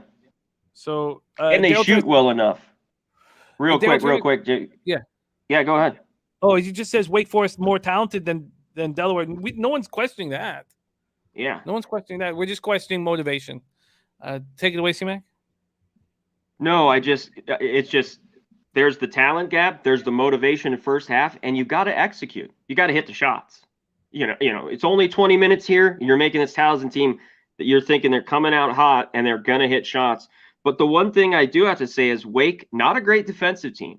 I mean, at times they can kind of just blow out teams when they just start hitting threes. But that's what got him in trouble with Boston College all year long. And that's why this total's high. Man, Wake just scored so many points throughout the year and we're a solid over team because this is starting to get up there. But I don't even know if Towson can stop them completely because they were a great under team in their conference all year long was Towson. So even the total I'm just a little conflicted on. Yeah, tough NIT games here today, I think. Well, let's move on to the next one on the slate. So we have no official picks from CMAC yet, but I have interest in Towson first half. I agree. I would like a little more. So we'll see and we'll wait. We got lots of time. This game doesn't pop off for just under 7 hours. Next up, we have 7 p.m. Eastern, Mississippi State Bulldogs, 18-15, 1-9 on the road at Virginia Cavs, 19-13, 10-6 at home. We're at John Paul Jones Arena in Charlottesville, Virginia. We have, sorry, let me move over here. The total opening up at 123.5 is down to 122.5. Virginia opening up at -1.5 is now at -3. After beating South Carolina by 23 to begin the SEC tourney, they lost 72-59 to eventual champion Tennessee. That's Mississippi State. Virginia comes in off that ugly 64-43 loss versus North Carolina in the ACC quarters. Take it away here, CMAC, Mississippi State, Virginia. Wow, this is a real ugly one for me, Jimmy. I'm having the hardest time with Virginia. That first half against North Carolina was rough to watch. I guess in the end, this is probably his worst team I think he's had since maybe his first year there at Virginia, I'd say, for Bennett. So it's not easy. All the money's coming in on them. Well, they'll be motivated. It looks like they think they are. I do think they're a little bit better than Mississippi State, but Mississippi State kind of has been a team that's hung around all season. I don't love them in this spot. I don't think they're getting enough points. I hate to say it, but I go back to Virginia here, and that's after getting their ass kicked, scoring 13 points last week in the first half and getting blown out. To watch them struggle to score hurts, and I'd lean a little bit on the under. It's just so low, but I'd lean this under, even at 123.5. Mississippi State was so bad on the road all season. Yeah, we missed the line here too. I mean, if you're okay with 3, take it, but you could have got 1.5 last night. But when we talk about motivation, Virginia was completely they should be embarrassed. Completely, they were embarrassed. So that's why the money's on them. Wouldn't be a spot where we could believe in Virginia at least early in this game, or is there something really wrong with this roster? I think they get it done, but I'm worried about this roster and them scoring. They're just, Clark is so in and out of scoring. Like he's on some games and a solid point guard, and other times he's turning the ball over.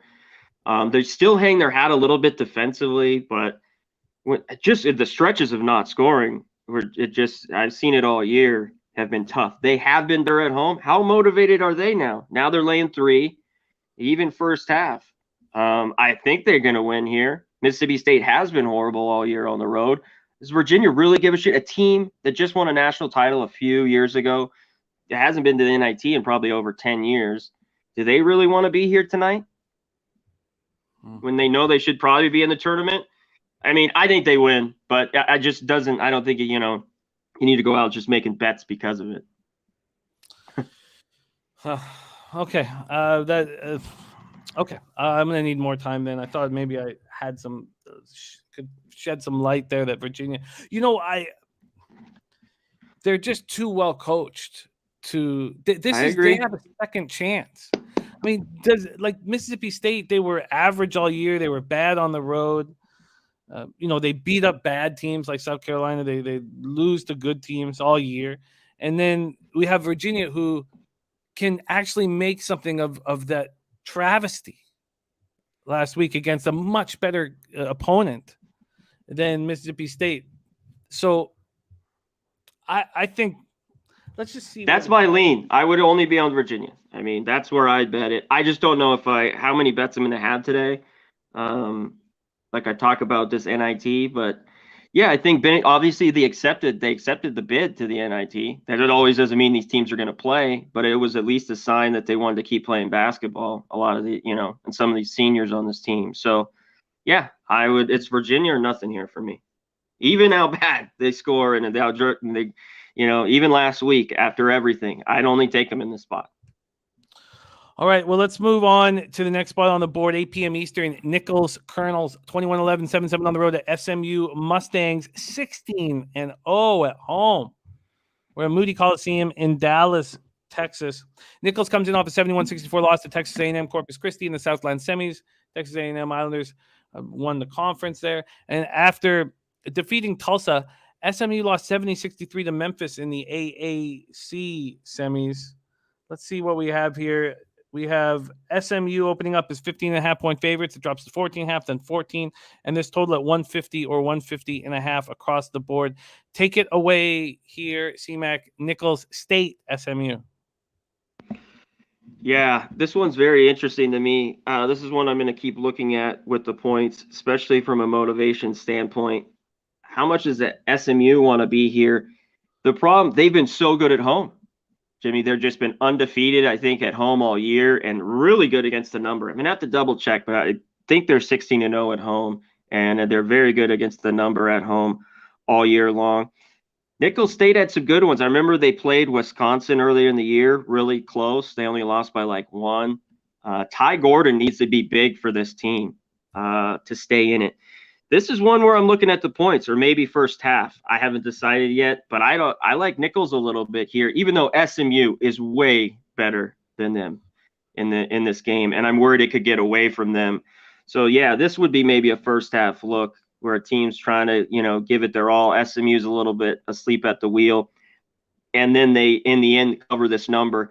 I got to say, SMU had their chance. They were up by 2 points with 5 minutes to go, 57-55, and they lost it to Memphis. So win a game I thought they could have kept close or even won. So they kind of blew it. Just another one, huge number. I looked at Nichols early. SMU's been so good at home. Tough one here. Yeah, this game makes me uncomfortable just because of how strong SMU is at home. And they have been so good. So this is one of the spots where I hesitate. The fact that they have this goose egg at home, they haven't lost at home all year, makes me think that they'll still be somewhat attentive to this game. I'm not. This one makes me uncomfortable. Let's move on. 8 p.m. Eastern, Northern real quick, Iowa. and if this, real quick, Jimmy, if this is a blowout, this could stay under. I just don't know. If it's like one of those like 80, 55, like this could stay under this total. That might be too high. I was looking at. All right, well, let's keep rolling. Next up, 8 p.m. Eastern, Northern Iowa Panthers, 19-11, 8-4 on the road at St. Louis Billikens, 23-11, 14-4 at home. We are in St. Louis, Missouri for this one. Let's see what we have. We have St. Louis opening up as 3-point favorites. A couple books have moved it to 4. This total opened up at 147. It's now at 146.5 or 146. Northern Iowa had their 5-game winning streak snapped in an ugly 66-43 loss against Loyola Chicago in the MVC semis. And St. Louis had their 4-game losing streak snapped in an ugly 84-69 loss to eventual champion Davidson in the A10 semis. Take it away here, CMAC. Northern Iowa, St. Louis. Yeah, the numbers moved here on this one. I like Northern Iowa a little bit. They've been so good on the road all year, but I don't know if they played, they've played a few teams as good as St. Louis. St. Louis been pretty solid all year. Average defensively in the 200s. They can shoot the ball well. Both teams can shoot the three well. initially, I wish this number was lower. I think it goes over the total here. I think we just get a shootout here. Northern Iowa, after probably their worst performance of the year against Loyola Chicago, I think they shoot it better today. So this one was tough because I've lost the value a little bit on the side. And I think the total's a little high, but I think there's points here today. So I like the dog a little bit to hang around, but I think this could get over the total. All right, there you have it. Well, let's move on. We have one final game in the NIT before we touch on the basketball classic, and we will move on to NBA in 16 minutes with its Daryl Rice joining us. We have the Iona Gales, 25-7, 7-4 on the road at Florida Gators, 19-13, 12-5 at home. We're at Exactech Arena in Gainesville, Florida. Feels like here we have two teams that both don't want to be here. It was funny, Iona's loss at Manhattan. That game meant nothing to Iona, but clearly that got them on the wrong foot moving forward. They beat up on Quinnipiac. They beat up on them early and then lose to Ryder, whom they had beaten by not by that much at Ryder previously, but they lose to Ryder 71-70 in a shocker and no tourney for the Gales. The Florida Gators lost to Texas A&M 83-80 in overtime, and Texas A&M went all the way to the final. So it's not as bad of a loss now as it probably felt at the time, but we might be dealing with two teams that don't want to be here. So we have Florida opening up as 7-point favorites at 6.5 at a few books, and the total at 144.5 is down to 142.5. I imagine from a coaching standpoint, it would be easier to motivate Iona in this spot after laying the egg, and here we have a chance to go up against the Gators and take them out in their barn. I don't know how to motivate Florida in this spot, really, against Iona, which makes me think that Iona might be live, but I want to hear your breakdown. Take it away, Iona, Florida. Yeah, this is a spot where I think they are live. Disappointing for them not to be there, but I think this team is just too talented. I think they were playing, when they would play those, Manhattan and in there, they just played down to them, and they wouldn't cover a lot of games. Sometimes they blow them out. They were not very good against the number. They were always laying a big number all year long. I haven't liked this Florida team all year long, and this is where they are. I'm not a big Mike White fan, if you know me. I also, real quick on this total, I lean under. Florida has played to the over, in the last few, in the conference turn, their last few games, but they were a great under team in February for me. Tons of games that they barely got to 70. Other team in the 60s, so right around the 130 mark. So I think this total is a little too high at 145, and I want to take Iona in the 6.5. I want full game here. I want the points. All right, we're going to get the first official pick from CMAC. I agree. This is one where I can really understand a motivation for one side and not for the other. So I agree. The only thing this could do is make Florida look bad, really. They win this game by 10 points. Everyone's like, well, of course, Florida beat Iona by 10. All right, 10 points, yeah. But if Iona's in this game, it just makes Florida look bad. So there's a plus 6.5 at Pinnacle.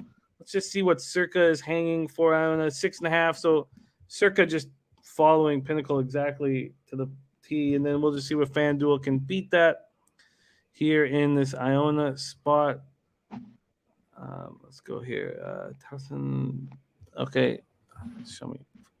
6.5 minus 110. So the best we can get you, at least I can get you right now, is CMAC is in on Iona minus or plus 6.5 at minus 105.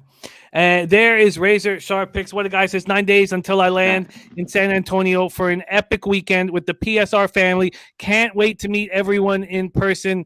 Man, what a guy. I am so excited about the trip as well.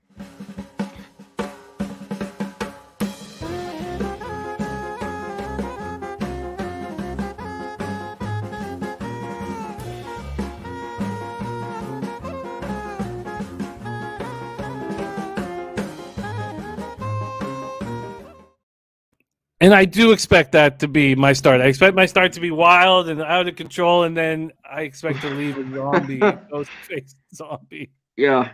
Oh, even I am keeping my drinking down to a minimum this week to save for next week. Yeah.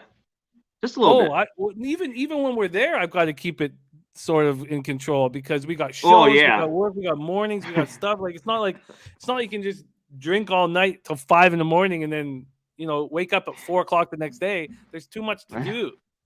So Gatorade, Advil, gonna be a lot of Okay, let's move on to the basketball classic. But shout out to Razor Sharp Picks. Yeah, it's gonna be so much fun, man. I am so excited. All right, basketball classic is next up for us. Basketball classic. And we start with Detroit Mercy Titans 14-15, 5-14 on the road at Florida Gulf Coast Eagles 21-11, 15-3 at home. And we're in Fort Myers, Florida, home of Florida Gulf Coast.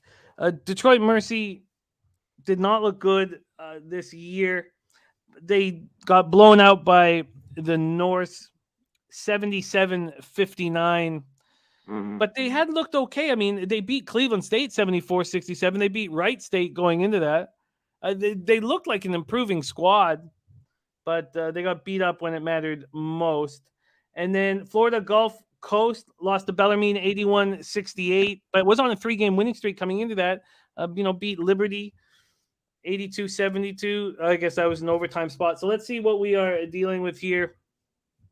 In this spot, where is Florida Gulf Coast?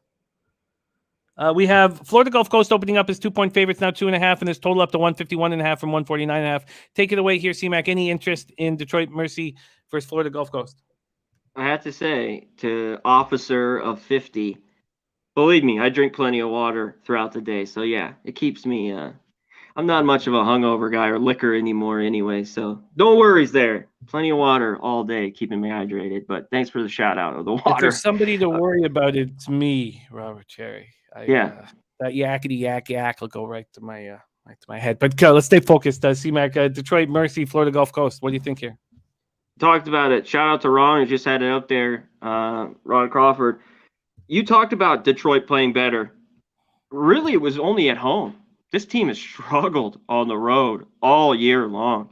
They had a nice little 4-game stretch till they got into the conference tournament and lost, like you talked about, to Northern Kentucky. I like Florida Gulf Coast here, laying the little short 2.5 number. I think they get the job done. And I'm not like wild about it, but that's the only side I'd be on. There's just no way. If Detroit was at home here, I would take them, maybe laying a little number against Florida Gulf Coast. But Florida Gulf Coast, the better team, and it's only a 2.5. Florida Gulf Coast here. Is this an official pick? Yeah, go ahead. I'll take it. All right. We have Florida Gulf Coast being locked in here.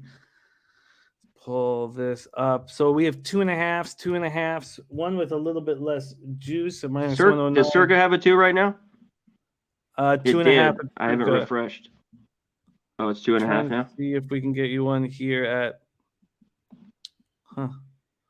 I'm not even get you one here at WinBet, Bet Online. Yeah, if anybody can find a better number, I can only find a 2.5 right now. So if anybody can find us a 2, we would be very thankful. But 2.5 minus 109 right now. Next up, oops, I went to the wrong game. Next up here, we have a Morgan State Bears 13-14, 3-8 on the road at Youngstown State Penguins 18-14, 12-7 at home. We're in Youngstown for this one. I think here, pop this here. I'm sorry, I may have messed up the order here, Jose. I don't know how I did that, but it looks like I did that. Next, we're on Maryland Eastern Shore, and then Merrimack after this. Jose, sorry about screwing that up here. Okay, so Morgan State was on a run before losing to Norfolk State.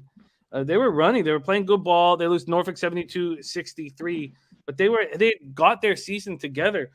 Youngstown State finished the year on a 3-game losing streak and did not look good here. Market-wise, we have Youngstown State opening up as 7-point favorites. That's moved to 6.5. This total shot up from 148 to 152.5. Youngstown State lost in the first round to Robert Morris, first round of the Horizon League Championship, and they were 7-point favorites there, and they lost by 4. They were down 9 after the first half. Take it away here. Is there any reason why Youngstown State would regroup in this spot and put a smash down on Morgan State? I don't want to deal with it. I'll be quick here. I've liked Youngstown in spots, but this team, guard play can be really, really on or just be off and be cold. They are better at home than on the road. I've been big on Morgan State all year long. They're decent. They haven't played well on the road. Great number here, 7.5. I think the line is sharp here. We're right around there, 7. So this is a pass for me. A pass, and our guy Ron Crawford is on the money line for his official picks here on the money line. And shout out to Ron Crawford, whom we love dearly. He's already so he's on the money line for Florida Gulf Coast, and in NHL he gave us the Calgary Flames -1.5 at -125.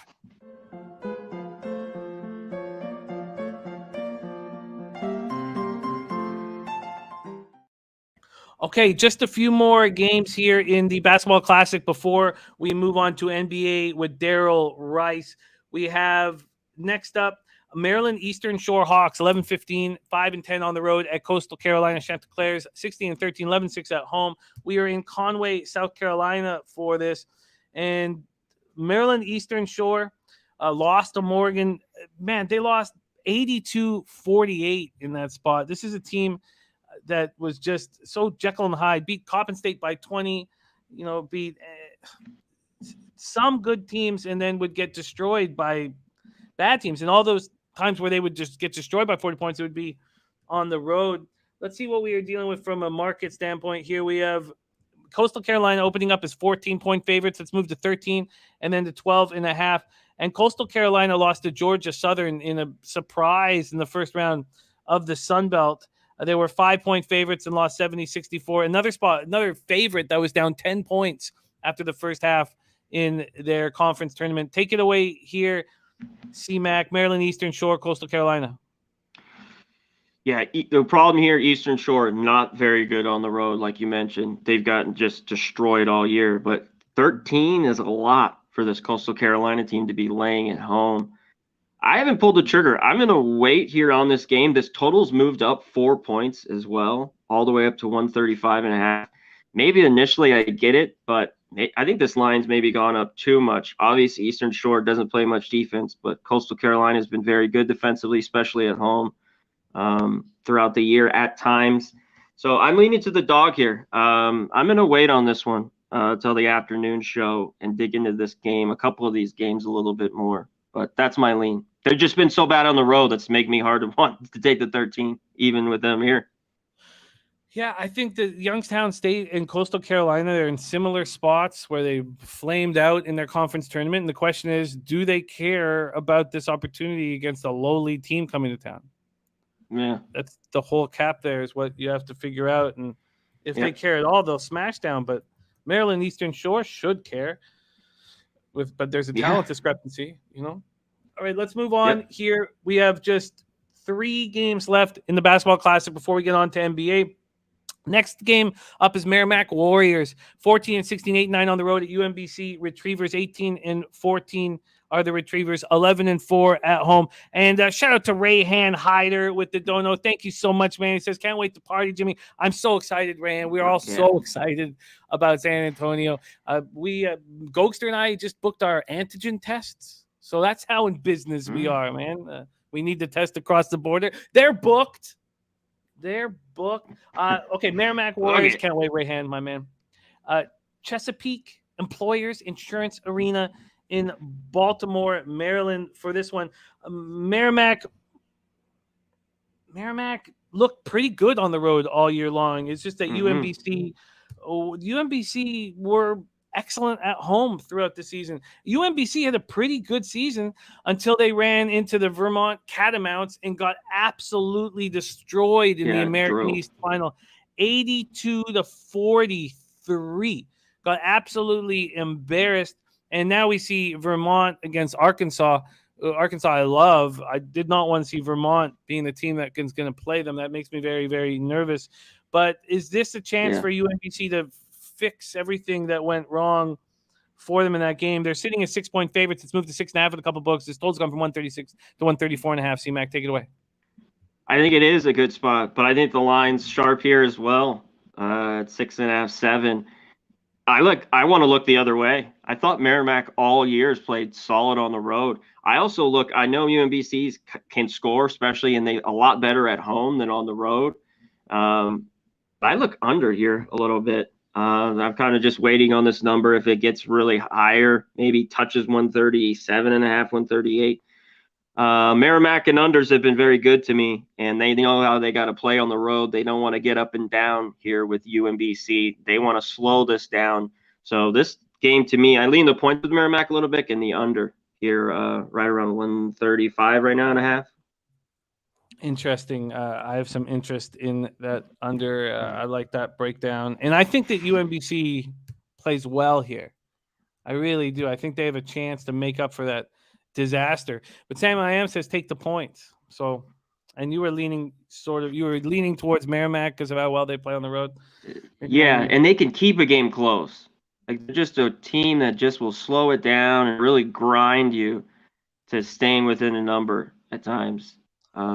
So we'll see. Okay, well, let's move on to the next spot on the board. 2 games left. Southeast Louisiana Lions, 19-14, 5-10 on the road at South Alabama Jaguars, 19-11, 13-2 at home. We are in Mitchell Center in Mobile, Alabama, home of the Jaguars, who open up as 10-point favorites. It's dropping 8.5 now on the board. This total's going up, though, 148 up to 151.5 or 152.5. And Southeast Louisiana lost in the finals there to Texas A&M Corpus Christi, 73-65. South Alabama finished the season poorly. They lost 3 of 4, and even though they were 13-2 at home, one of those was at home. And the loss to Little Rock Trojans in the first round was ugly and shocking. There, 75-71 loss. They were 12.5-point favorites. So we have multiple teams here that were huge or decent to huge favorites that lost in the first round. And the question is, they're back at home, and will they make amends? And this is another situation here with South Alabama. Take it away here, C-Mac. Look forward to hear this one. They should play better back here at home, but I'm shocked that this was 9.5. I thought this could have opened around 7.5, 8.5. And look, that's where I think it's going to settle. It's coming down to 8.5. I think this comes down to 8. I don't know about 7.5, but I think this comes down to 8 even. Southeast Louisiana, if they are hitting their shots, they're in this game. South Alabama is way better defensively. They played to the under. Noli's still in the chat here. He knows that all year long. South Alabama was pretty good, especially in conference, to the under. This has took money to the over, because obviously Southeastern Louisiana plays to the over. We've already moved to 152.5. Tough one. I think there's points, but I don't know if we get over this now. So I lean the points here with Southeast Louisiana. The Lions, who were 5-10 on the road, again, does South Alabama care anymore? That's we got to ask that question about these. These questions are, yeah. That's why these games drive me crazy a little bit. I love this. It makes I love them, but I admit I'm just saying. They take time. They take more time. Yes. There's no doubt about it. Let's talk about this last basketball classic before we go into NBA. Kent State Golden Flashes 23-10, 8-4 on the road at Southern Utah Thunderbirds, 20-11, 11-3 at home. We're at America First Event Center in Cedar City, Utah. Kent State, Southern Utah. Let's jump in here and let's see what we are dealing with. We have Kent State opening up as 1.5-point favorites. That's where they stand right now. This total has shot up from 140 to 145. And man, did a rap song ever blow up in Kent State's faces. They were rolling. Everything was coming together. And then huge issues with a video that they put out before their final in the MAC against Akron. And then they get blown out of the water by Akron, 75-55. But this is a team with a lot of skill. And they did play well on the road, albeit in a weak conference. Then you have Southern Utah, who was good. They were good at home and beat some good teams throughout the year, but did not look good against Portland State in the Big Sky quarters. They were 6-point favorites. They lose by 12. They were down 15 points at the half. Another situation here where we have a team that was supposed to be good at home, get blown out in the first round. Will they fight back against Kent State? And what happened to Kent State with that video. Do you think there'll be any? Do you think this is another opportunity to fade the team like Kent State? Take it away, Kent State, Southern Utah. This one's tough. I don't know what Kent State we're going to get here because Southern Utah is not a team you can walk into there in Cedar City and just think you're going to walk out with a win. They can shoot the ball. Not very good defensively. That's always been their problem, but that's usually more the trouble on the road. They play a lot better at home. One thing you look at all year, Kent State's been unreal off losses, especially double-digit losses in the last few years at home. Are they motivated here? If they're motivated and give a shit, they have the better defense. They got a top 40 defense in the country. I think they keep it close, but I'm a big believer. I have for years. This Southern Utah team is a little different at home. They play great there. Tough game here. I don't know the motivation. Kent State to me still is the better team, but not an easy spot for Kent State to go here to Southern Utah and be laying 1.5. Yeah, I don't know the motivation here of Kent State and what's going on in their head for sure. This one does make me uncomfortable because Kent State, Yes. thought they were going to the dance. So Michigan Mel is on Southern Utah plus 1.5. All right, so let's review action from CMAC here. CMAC is on Iona plus 6.5 at minus 105. If Towson gets higher, I'm going to move on Towson first half. I think that this is a great spot for Virginia, and this will show. I agree with you. I might move on it as well. I think this I'm will really show going to Bennett. think about it. Cool. I think this is a great coaching opportunity for Bennett as well. So I like them there. And then I like your Iona spot. It means a ton to Iona. CMAC and Ron Crawford on Florida Gulf Coast. That makes me very interested. And then I've got to take another look at Coastal, UMBC, and South Alabama and figure out whether they care or not. Because Maryland, Eastern Shore, and Southeast Louisiana seem like spots that I want to move on. And then on the reverse side of things, even though Merrimack's been so good on the road, maybe that should keep me off of it. But I think UMBC does have reason to play well here at home to finish off the year strong. So that's going to take me a little bit more time. CMAC, thank you so much for your time and energy. 2 official spots, Florida Gulf Coast minus 2.5 and Iona plus 6.5. Catch our man C-Mac alongside Maxwell Smart at 5 p.m. Eastern for NCAA net profits. And then if you want to party with him, come down to San Antonio where he will be. Thank you so much for your time and hard work, C-Mac. I will see you tomorrow. We have a real dance tomorrow. Yeah. By the way, we should probably start. We should probably start with college basketball tomorrow. So I'll message you and Nolly about that. That should be our opening spot because the games are going to be popping off so quickly. They will. There's early ones. We'll do that. Okay, let's move on. Thank you so much, C-Mac. Follow him on Twitter at Conor Mac Picks, our guy, C-Mac. We move over to the NBA. NBA is up next. Please welcome from Los Angeles, California. He's done spectacularly well on our show. Daryl Rice in the house. What up, Daryl? Yo. What's good, Jay? What is good, man? Happy to be back, bro. Happy to be back in this motherfucker. Haven't done too well the last 2 showings on the show, so I'm hoping to recoup and get some money today, man. Get some money today. But as always, man, thank you for having me. Any day on this side of the day is a good day, or any day on this side of the grass, rather. And to everybody in the chat, man, thank you. Thank you. I appreciate it. Let's get it going, Brad.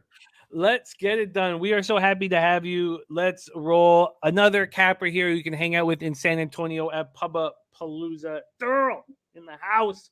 All right, let's get right to work. Let me pull up what I need here. Looks like SPR has been doing an okay job here, so let's use them.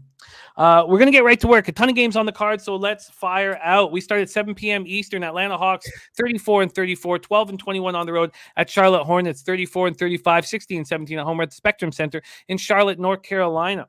We have Atlanta opening up as 2-point dogs. They're now 1-point favorites. So we had to switch. 238.5 total has gone all the way up to 241.5. We have 7,754 tickets in, 51% of tickets, 53% of the cash on the Hawks. Then we have 67% of tickets on the over, and we don't know the cash flow at this point. So did I say pace already? 23rd for Atlanta at 97.76 possessions a game, and Charlotte 14th at 100.10 possessions a game. And I know that this total is skyrocketing due to efficiency and what these two teams have done recently, but their pace does not set up a situation where this total should be where it's at. Right. But let's discuss it just for a second longer here. Hawks coming off their third straight win, 122-113 at home over the Blazers on Monday night. Trey went for 46.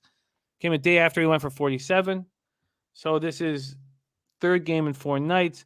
John Collins missed the last 2 games because of an injured finger. You see that finger, though? Did you see I have not that? seen it. Jesus. Show a picture of that finger, bro. Ugly?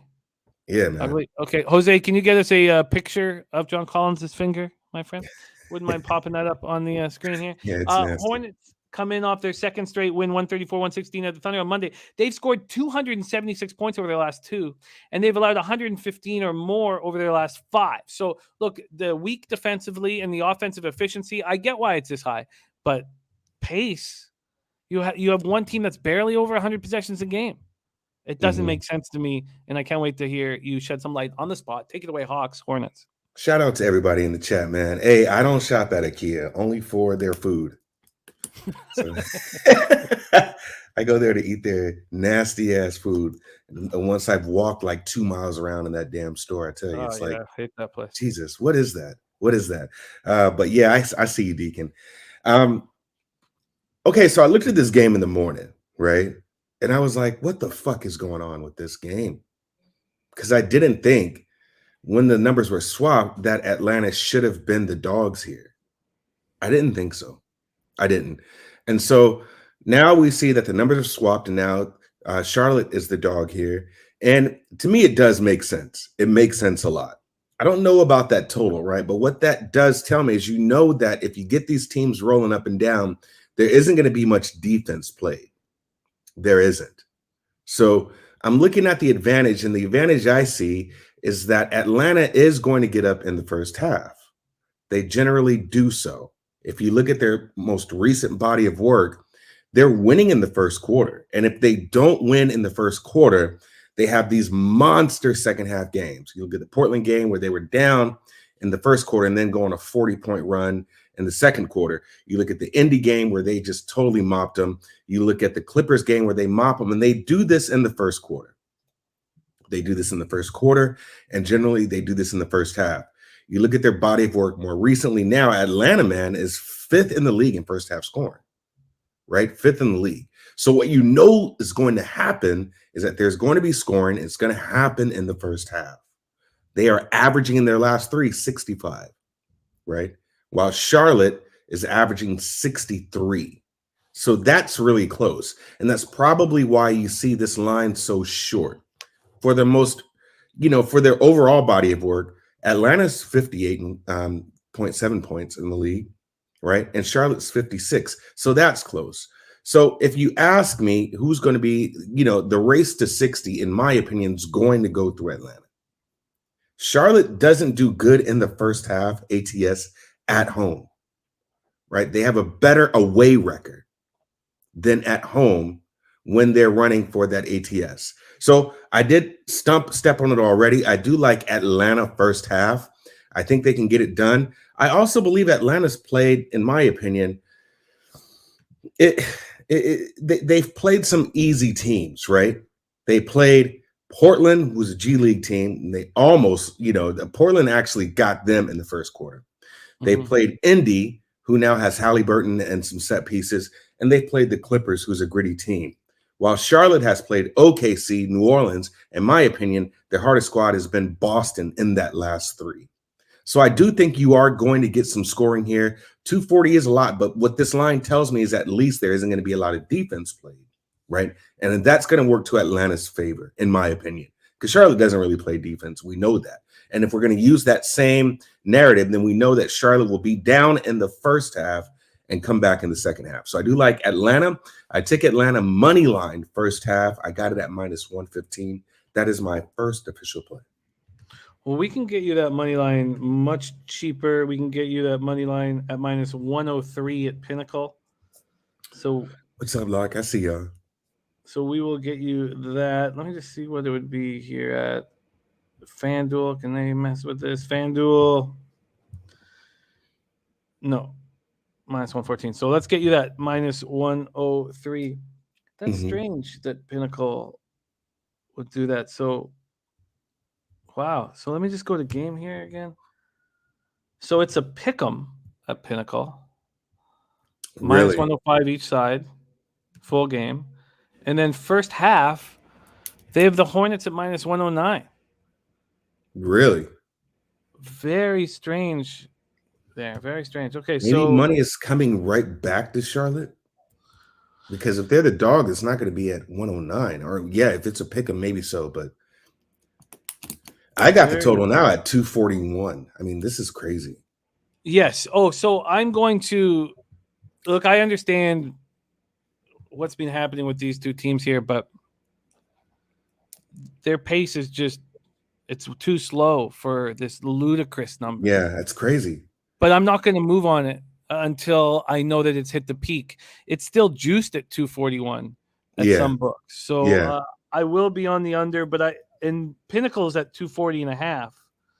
So I'm going to wait till I know that it's hit the peak. The last thing I want to do is move on it and see that it's at 241.5 or something. So this game pops off at 6 hours and 5 minutes. So I'm going to wait here, but I'm going to try to get under it, but wait. All right, we are on the board. Darryl's on the Hawks first half minus 103. Let's move on to the next game on the board. 76ers. There's been a lot of talk about this game in the chat. Ray Charles says Sixers Cavs player props just got pulled on FanDuel. Embiid questionable, and it's his birthday. Embiid questionable, and look, that number dropped. That number he might not play. That number dropped. It went from 4 now and it's at 2.5. Well, I wondered if teams were going to be nervous about cashing that first or second seed in the NBA just in case Brooklyn comes out of the play-in games. Now, Brooklyn's 2.5 games behind the Raptors. The Raptors play the Clippers tonight, and the market's moving towards the Clippers. And Dan's on the Raptors team total under, Dan Kelly. But I wonder if there is a preference to be in the third seed in the Eastern Conference. Because then you're unlikely to play Brooklyn. Now, is Brooklyn going to try their hardest to get out of the play-in? Maybe I'm just overthinking this, and we don't need to talk about it at this point this early. But we know one thing: nobody wants to play the Nets. We know that for certain. 76ers Cavs are at Rocket Mortgage Fieldhouse in Cleveland, Ohio. Philadelphia 2-3 over the past 5, 25th in pace at 96.49 possessions a game, while Cleveland's 3-2, 26th in pace at 96.10 possessions a game. Philadelphia opened at Pinnacle at -3. That's where they stand now, but there are 2.5s at the other books. This total opened up, it's 216.5. Is now at 219.5 at Pinnacle and 220.5 at these other books. Let's take a look at the cash in this one. We have 10,566 tickets, 77% of the tickets, 73% of the cash on the Sixers, and 64% of the tickets on the over. We don't know where the cash lies at this point. Sixers have lost 2 of 3, coming off that 114-110 loss at home to the Nuggets on Monday night. They've won 5 of their last 6 road games, and the Cavs snapped their 2-game losing streak with a 121-11 overtime win at home over the Clippers on Monday night. They've won 16 of their last 20 home games. So Jarrett Allen is out, maybe out for the rest. By the way, and shout out to our guy. Speaking of Jarrett Allen's finger, let's take a look at John Collins' finger. Yeah, Jesus, man, that's crazy. That is insane. It looks like he's got a tumor, bro. He also needs some lotion. On that. Yeah, probably does. Know. That guy's not going to get a couple fingers. Cocoa butter. This guy's not going to get 2 fingers deep on anyone with that. All right. Nothing in the stink. Well, maybe the stink. Jarrett Allen out. So we have the job of, we thought, defending Embiid. And this was going to give you the rookie of the year right here. If Mobley could defend Embiid and do anything to slow him down, then look, you win rookie of the year. And I was curious. I mean, look, I know it's a 65-pound advantage at least for Embiid. Right. But it would be very impressive if Mobley could do anything. and maybe we won't get the opportunity to see it without Embiid. Take it away here, Sixers Cavs. Yeah, I'm off this game. I'm off of this game. I think the books knew something. Well, and the books know something. Of course, they knew something because this line was short already. It opened up at 3, right? I think Paulie Walnuts was saying something about the nasty fall that Embiid had, right? It's his birthday. He's a dad. I can't gauge Philly right now. I really can't. And what's amazing to me is just how bad this team is in Cleveland without Jared Allen, and he's not even your primary scorer, right? And how bad they are without Jared Allen on a team full of bigs who can score. Mobley can score. Lauri Markkanen can score. He's streaky, right? And of course, Kevin Love can score. So looking at this game, I said, okay, this should just be a Philly game. This is the third time they've played, so there's some familiarity there, right? And Philly has mopped them both times. Now you're giving me just 3 points. Of course, people saw that, got that steam to 4, and now the news with Joel Embiid has come out, and now it's back down at 2.5. This just seems like this will be a close game back-to-back. Of course, Harden's not going to play any defense. So if you look at this game, maybe look at some props. Look at some Garland props. Look at some Okoro props, right? Look at some props on these guys and probably be more confident about playing props on this game than the sides and the total, if you ask me. So right now, I just don't think that this is a game that I can confidently bet on. But if I have to take a side still, even without Embiid, it seems like it should be a close game. But Cleveland, I mean, it took Mobley hitting what, a career high in overtime to beat who did they just play? Was it a sorry-ass Detroit team? Yeah, the Clippers. Or was it Orlando? It was Orlando. Or not Orlando. Clippers. Overtime. Clippers. Yeah. So I'm just like, okay, I can't. It seems like they just have to have everybody on deck for them to really look like that Cleveland team. So, of course, we're looking at now first quarter, first halves, right? But when you look at Cleveland, their better body of work in the first quarter is when they're away, not when they're at home. And then if you look at their most recent 10, they're like 3-6-1. So they're not even covering the first quarter, first half spreads like they used to. So, I mean, this team, in my opinion, I feel it's like it's not that easy automatic press of the button to just go ahead and take Cleveland first quarter, first half, because right now the situation that they're set up for doesn't work in their favor. So for right now, I'm off this game. But if I have to make a side, it would still be Philly, even with Embiid out. Huh. Very, very, very interesting breakdown. Obviously, we need to know about Embiid unless part of your angle is you're certain he'll be out or certain he'll be, or you think he'll be out or think he'll be in and thinking you can take advantage of the situation. Okay. Sixers, Cavs, we have no move for us and we have a huge card. So let's just keep on rolling. Next up, 7 p.m. Eastern, Denver Nuggets, 41-28, 21-15 on the road at Washington Wizards, 29-38, 17-17 at home. We're at Capital One Arena in Washington, D.C. And I just got flooded, Darryl, while I was just talking Nuggets, Washington. I love this so much. I'm so thankful. I love capping with you. All these great cappers in the chat. We got 200 of us, breaking down this NBA card together. And I'm nice. Thankful. Yeah. It's so much fun. Yeah. So much fun. Denver 3-2 over their past 5, 21st in pace at 98.50 possessions a game, while Washington 1-4, 20th in pace, 98.70 possessions a game. And their Ski Prophet says, I took the Mavs so far tonight. Good luck, everyone. Yeah. That's my only Ski, bet my man. so far on the NBA card as well. Jolly B Ski. Can't wait to hang with Ski in San Antonio. Okay, so Washington 1-4 over the past 5, 20th in pace, 98.70 possessions a game. Diesel says Nuggets roll here, lay the 6. Let's take a look here. Denver opening up at 5.5, now 6.5 across the board. It's total opening up at 220. Oh, wow. So Pinnacle just moved slightly towards the over at the 240.5. So it looks like Pinnacle will join the other books at 241 in Atlanta, Charlotte total. Jesus. And the total here, Washington at Denver 228 and after 229.5. I apologize, sorry. And then here we go with the cash flow. 82% of the tickets, 98% of the cash on Denver. Mm-hmm. And here they still say, even though it's all moving towards Denver, that there is value on the spread for the Nuggets and Steam. Value and Steam. You don't usually see them both. 83% of tickets are on the over. Nuggets snapped their 2-game losing streak with a 114-110 win over the Sixers on Monday. Aaron Gordon didn't play because of a non-COVID illness, and Porzingis is going to play. So you need Gordon in the lineup. Will Barton... So he has played in his last 2 games. So if Will Barton and Gordon are there, and this is as healthy as they've been in some time, of course, Murray and Porter Jr. Wizards coming off their 4 straight loss, 126-112. The Warriors on Monday, and that was a rough trip out west. 4 games in 6 nights. They lose all 4. They have the late game on Monday. It's just Wednesday, so they fly all the way. This is a terrible spot for Washington. They allowed an average of 122.5 points in their 4 Western losses. Kristaps Porzingis will be playing. He sat out the loss to the Blazers, with it being the second game of a back-to-back, but returned Monday, played 27 minutes, just 27 minutes.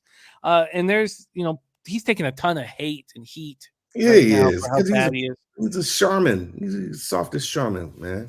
It's a powder puff, bro. Yeah, he's what a fall from grace here. Take it away here, Nuggets, Wizards. Yeah, so I jumped on Denver first half. I did. I jumped on that. Denver first half at -3.5. And the reason being, now, don't let the most recent body of work fool you, because they're kind of almost even. Just to set the record straight about Washington first half, they are last in the league, bro. They are last in the league, in which their home record is worse than their away record. And that is they're 11-22-1 for the full body of work in the first half. They are 3-6-1 in their last 10 first half ATS. Looking at the numbers, Denver is 3rd in the league in first half scoring. 3rd in the league in first half scoring, right? Their season average is 58.6. The last 3, 58.7. And that's after having the last 1 game of 53. And they're still averaging more in the last 3. Washington, 53. 53 for the season, right? 53 for the season. 56 in their last 3. If you look at who they've played, though, that'll give you a better determination. That is, they've played Golden State, who's going to play, they're going to bring you down a little bit. Portland, G League squad out there right now, and my hated Lakers right now, right? So if I'm looking at this game, Denver actually has a better away record first half than they do at home.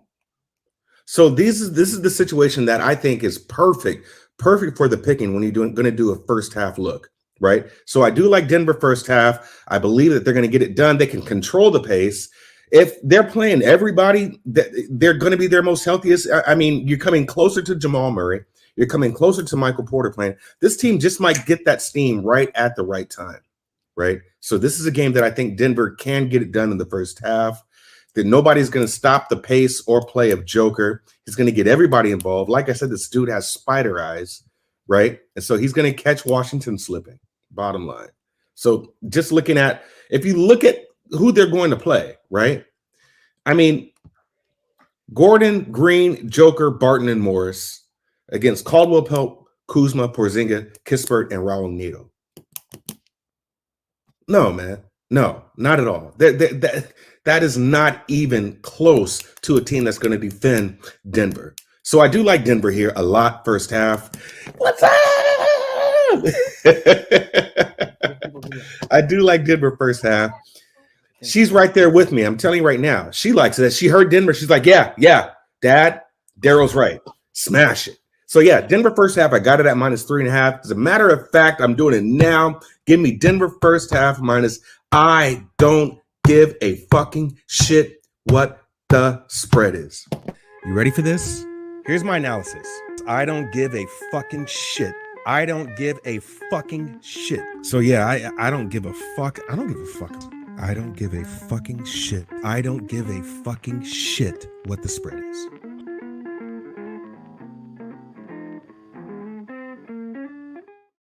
I had to turn that, man. I had to turn it around.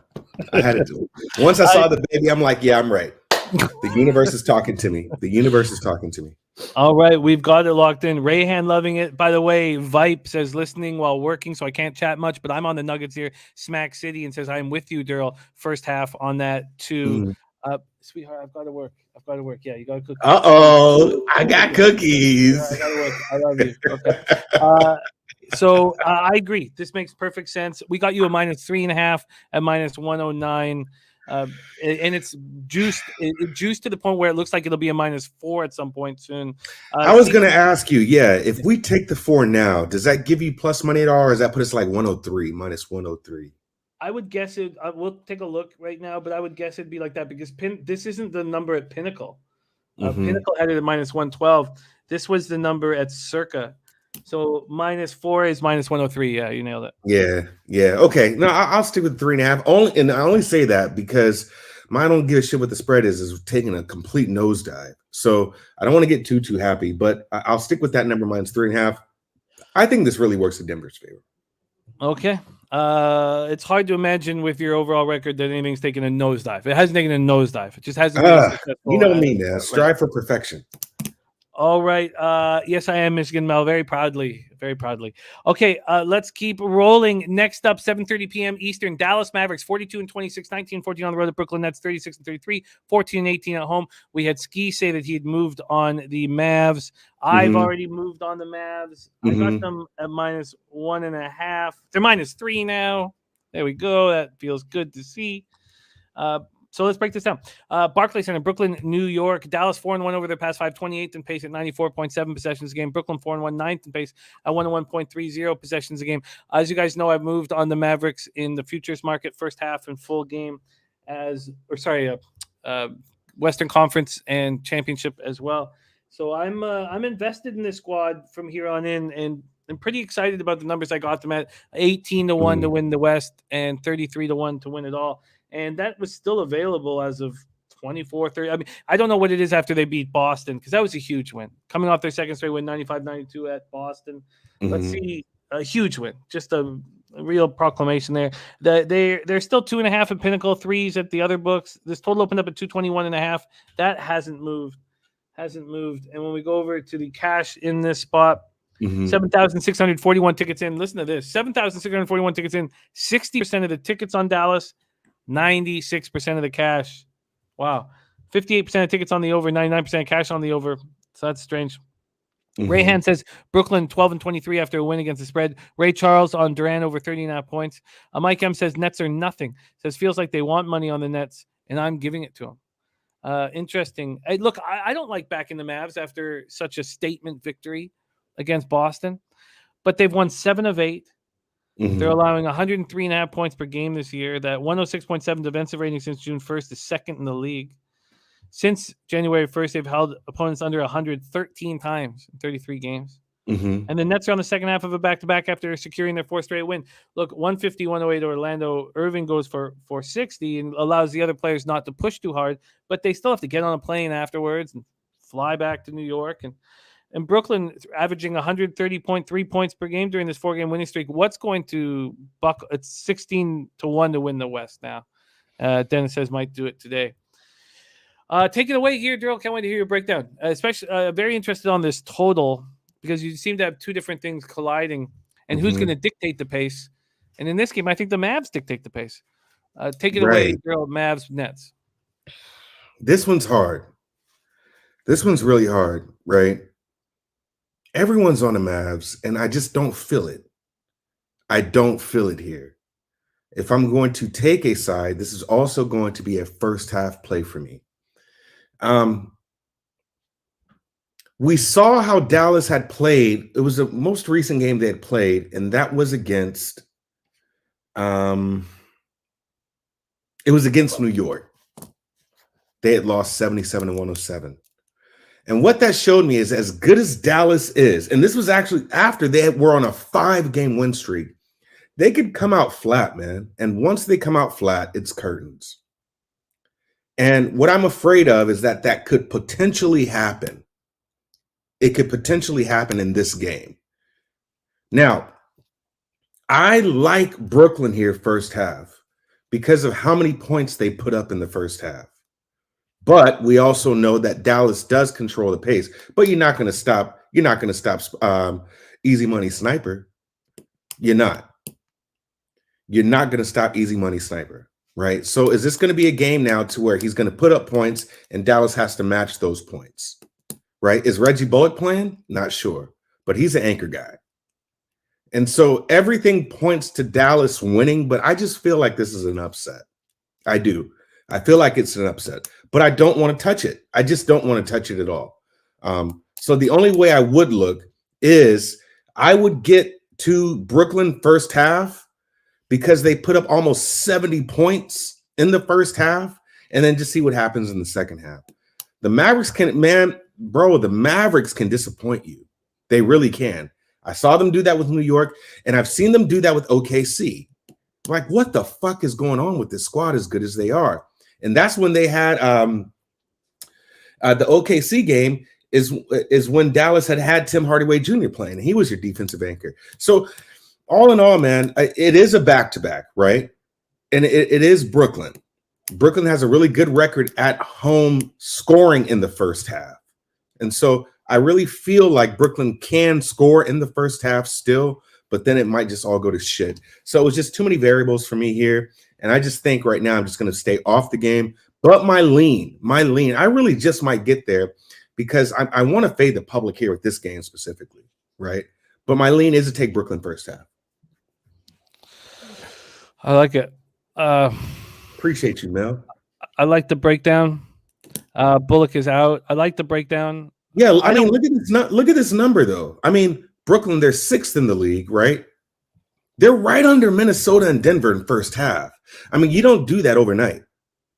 You don't do that overnight, man. And so they're at 57.9 points in the first half, right? You know what they've done in their last 3? 73 points. And it's not against, some Joe Schmo teams besides Orlando, right? But New York has been surging as of lately. New York Knicks are kind of tapped in, right? They've been surging as of late, and they did that against Philly.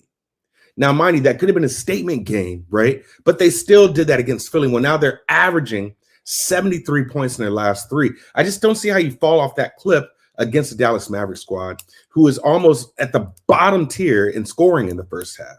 So now what you're telling me is in order for this to be a close game, at least in the first half, Dallas has to score and prevent Brooklyn from scoring and control the pace. They can't do all 3 of those. They can't, in my opinion. So if anything, the tired legs give up. The tired legs will come in the second half, right? And then that's when you have Dallas surging back. So I do like Brooklyn first half. That's the only way I could look at this game right now. I just don't see anybody knocking Brooklyn off. And do you see how they are playing? Yes. To somebody's point, man, they're playing lights out right now. They're playing with the vengeance. So I just say all that to say that I like Brooklyn first half. I'm going against the public with this game. But are you making it official? I'm going to make it official. I'm going to make the play right. I'm making the play right now. Okay. I am making the play right now on this show. I've got Brooklyn Nets first half. Maybe we should wait. No, I'm not fucking waiting. All right. Let's see. I'm not waiting. First half. I just put a unit on Brooklyn first half plus 1.5. We have plus 1.5 at minus 106 here. I want to see if we can beat that for you. Brooklyn. And the only reason why I bring up waiting is just because it seems like all this team's on Dallas, and not because it might go up a little bit. Well, at this point, that's the only reason. Not because you might need more time to think about it. Nothing like that. Just because maybe we get a better number. But all right, so we have a plus 1.5. I'll stick with them first half. We'll see. Just the amount of points they put up. So you're going to tell me that Dallas is going to shut them down. There's been different scenarios where teams with better defense than Dallas, in my opinion, who still has not shut down Brooklyn. So I just think, if anything, it'll come in the second half, and that's when Dallas can pull away. All right, plus 1.5 at minus 106 is quite simply the best spot. Wow, Esto says BetOnline has Dallas plus 2,200 to win the West. Jeez, that's so much better than I got in 2 weeks ago, a plus 18. So that's impressive. Okay, let's lock in Darryl. Very interesting breakdown. Darryl, The Nets first I got to half gain some steam, man. I'm just gonna be reckless today. I don't give a fuck. plus 1.5 and minus 106. If this comes through, I'll be very, very impressed. Very impressed with the breakdown and all of that. Okay, let's move on to the next spot on the board. 7:30 p.m. Eastern. Portland Trailblazers 26-41, 9-23 on the road. At the New York Knicks 28-40, 13-19 at home. We're at Madison Square Garden in New York, New York. Portland 1-4 over their past 5, 6th in pace at 101.9 possessions a game, while the Knicks are 3-2, 21st in pace at 98.50 possessions a game. Let's pull out. Oh, sorry, that's FanDuel. Let's pull up the market movement and the cash flow in this spot. We have New York opening up as 10-point favorites. That's moved to 12.5. This total moved to from 225 down to 222. And when we look at the cash, we have the lowest amount of the Raptors Clippers is lower. Other than that, second lowest amount of bets made on this game. Hell yeah. 66% of the tickets are on Portland. And 49% of the cash. That's very interesting. I mean, clearly big bets have been made on the Knicks with 34% of tickets, 51% of the cash, but right. And the market trusting those big bets. Yeah. And then you have 60% of tickets on the under. Okay, Blazers come in off a 122-113 loss at the Hawks on Monday night. 1-7 over their past 8. Played the last 4 without Anthony Simons, who's out with a left knee injury. Knicks coming off their second straight loss, 110-107 at Brooklyn on Sunday. Randall, 26 points on Sunday, averaging 27.6 over his past 7. And I just, if I have action and Fournier has the ball, I'm going to be, if I believe in whoever team Fournier is on, I know I'm in trouble. I just don't trust him late in games. Even if he's hitting his shots, I don't trust him. I don't think he's a very good player. Can't believe the Knicks would think that Fournier and Burks could be their backcourt of a winning team. It just makes no sense to me. Take it away here. Blazers, Knicks. Man, fuck this game. I don't give a damn about this game at all. I don't. I mean, you give the Knicks 12.5 points, Brad. What the hell is going on? What is going on with this fucking game, bro? I mean, maybe it's recency bias here, right? Maybe that's what it is. I have no idea, but I don't give a fucking shit about this game. I will not even put your money on this game. You could loan me $5 and I'll go to McDonald's, man, give me a large fry and a Sprite before I play any money on this damn game. Promise you that. So now, next game. I want you to care even more when you have my money. Yeah. Not less. This is not even a bum fight, right? This is like two kids fighting at the elementary school, right? And you don't even want to see it happen. Right. Yeah. So no. Let's roll on. Ray Charles has too many good looks elsewhere. I mean, yeah.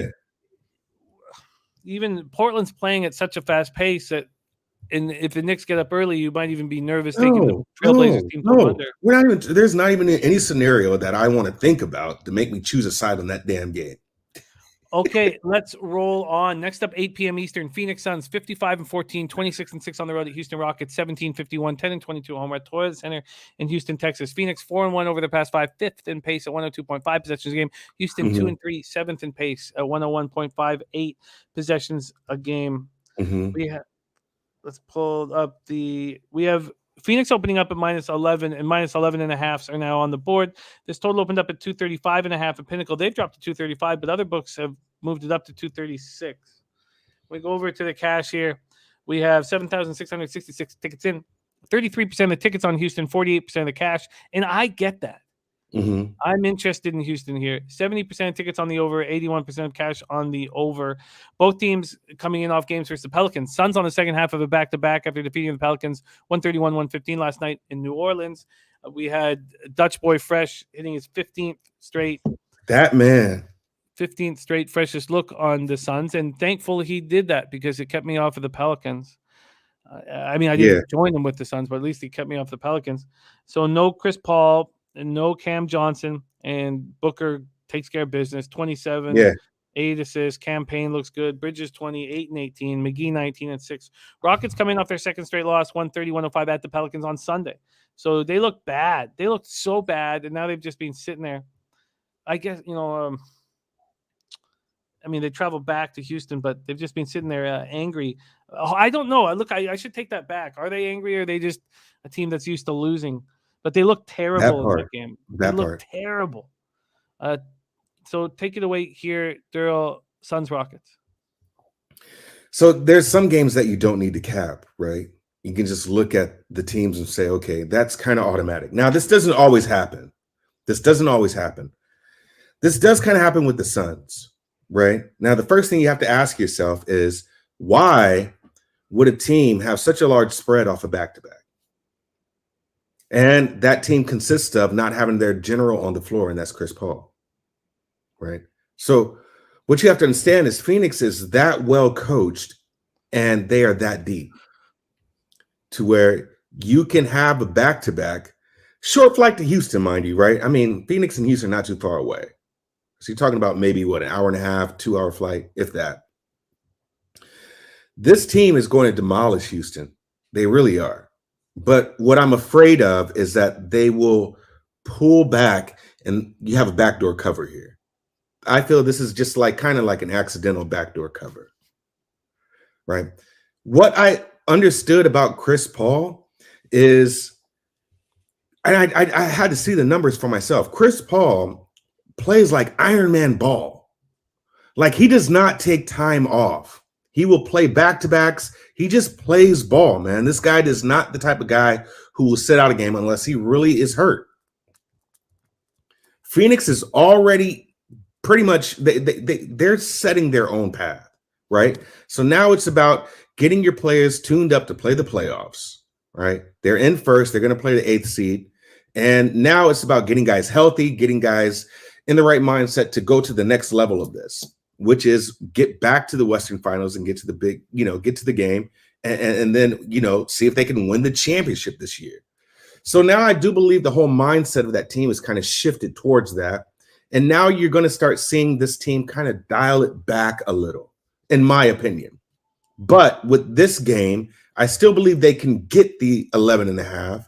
I'm not afraid of that number, right? But what I'm afraid of is the mindset of this team and how they're going to go moving into the third quarter and the fourth quarter when they've demolished the squad, right? It's a back-to-back, but this is a large number. And to be honest, the number hasn't even moved down, right? It went from 11 to 11.5.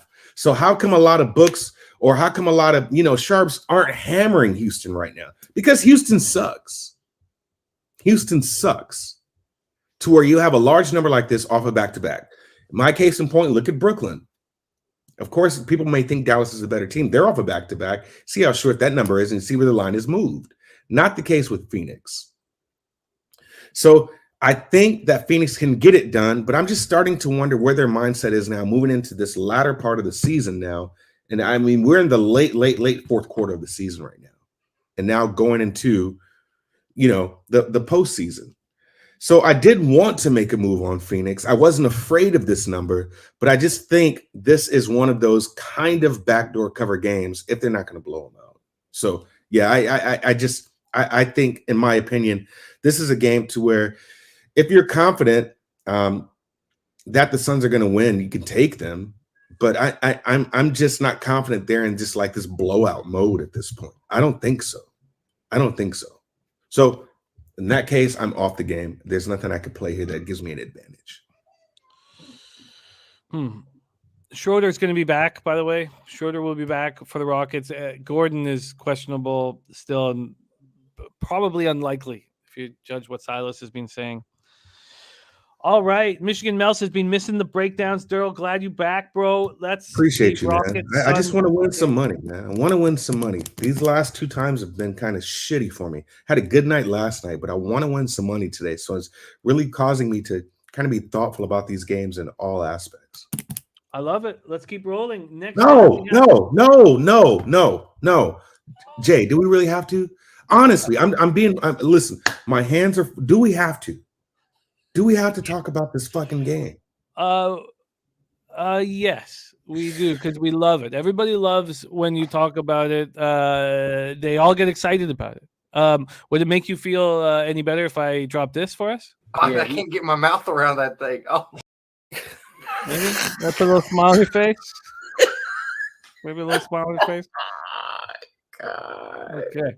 All right, let's keep rolling here. Lakers 29-39, 9-22 on the road. Minnesota Timberwolves 40-30, 22-12 at home. Target Center in Minneapolis, Minnesota. Lakers 1-4, fourth in pace at 102.96 possessions a game, while Minnesota 4-1, first in pace at 105.80 possessions a game.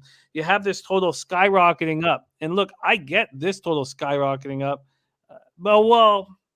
Maybe I tied too much into pace. By the way, is that moved here? The Hawks Hornets has dropped to 240. So it's dropped a full point. The apex was 241 then, huh? Yeah. And in fact, Pinnacle's moved it to 239.5. Ah. Okay, this one is shot up, and Pinnacle's leading the charge, 241.5. Now, I know the efficiency, you could say, is stronger in an Atlanta-Charlotte game. I don't know if you could say that. I guess the Lakers' efficiency would be the issue, but both these teams are playing at a very fast pace. Lakers fourth at 102.96 possessions a game. Minnesota first at 105.80 possessions a game. You have Minnesota opening up as 8-point favorites. That's moved to 9. Lakers coming off their second straight loss, 114-103 at home versus the Raptors on Monday. They got destroyed by the Raptors. It was just that the Lakers tried in the fourth quarter to make the score somewhat respectable. Jimmy, that score was not the real game. No, it was right? not. That was not a reflection of how the game was actually played. So no.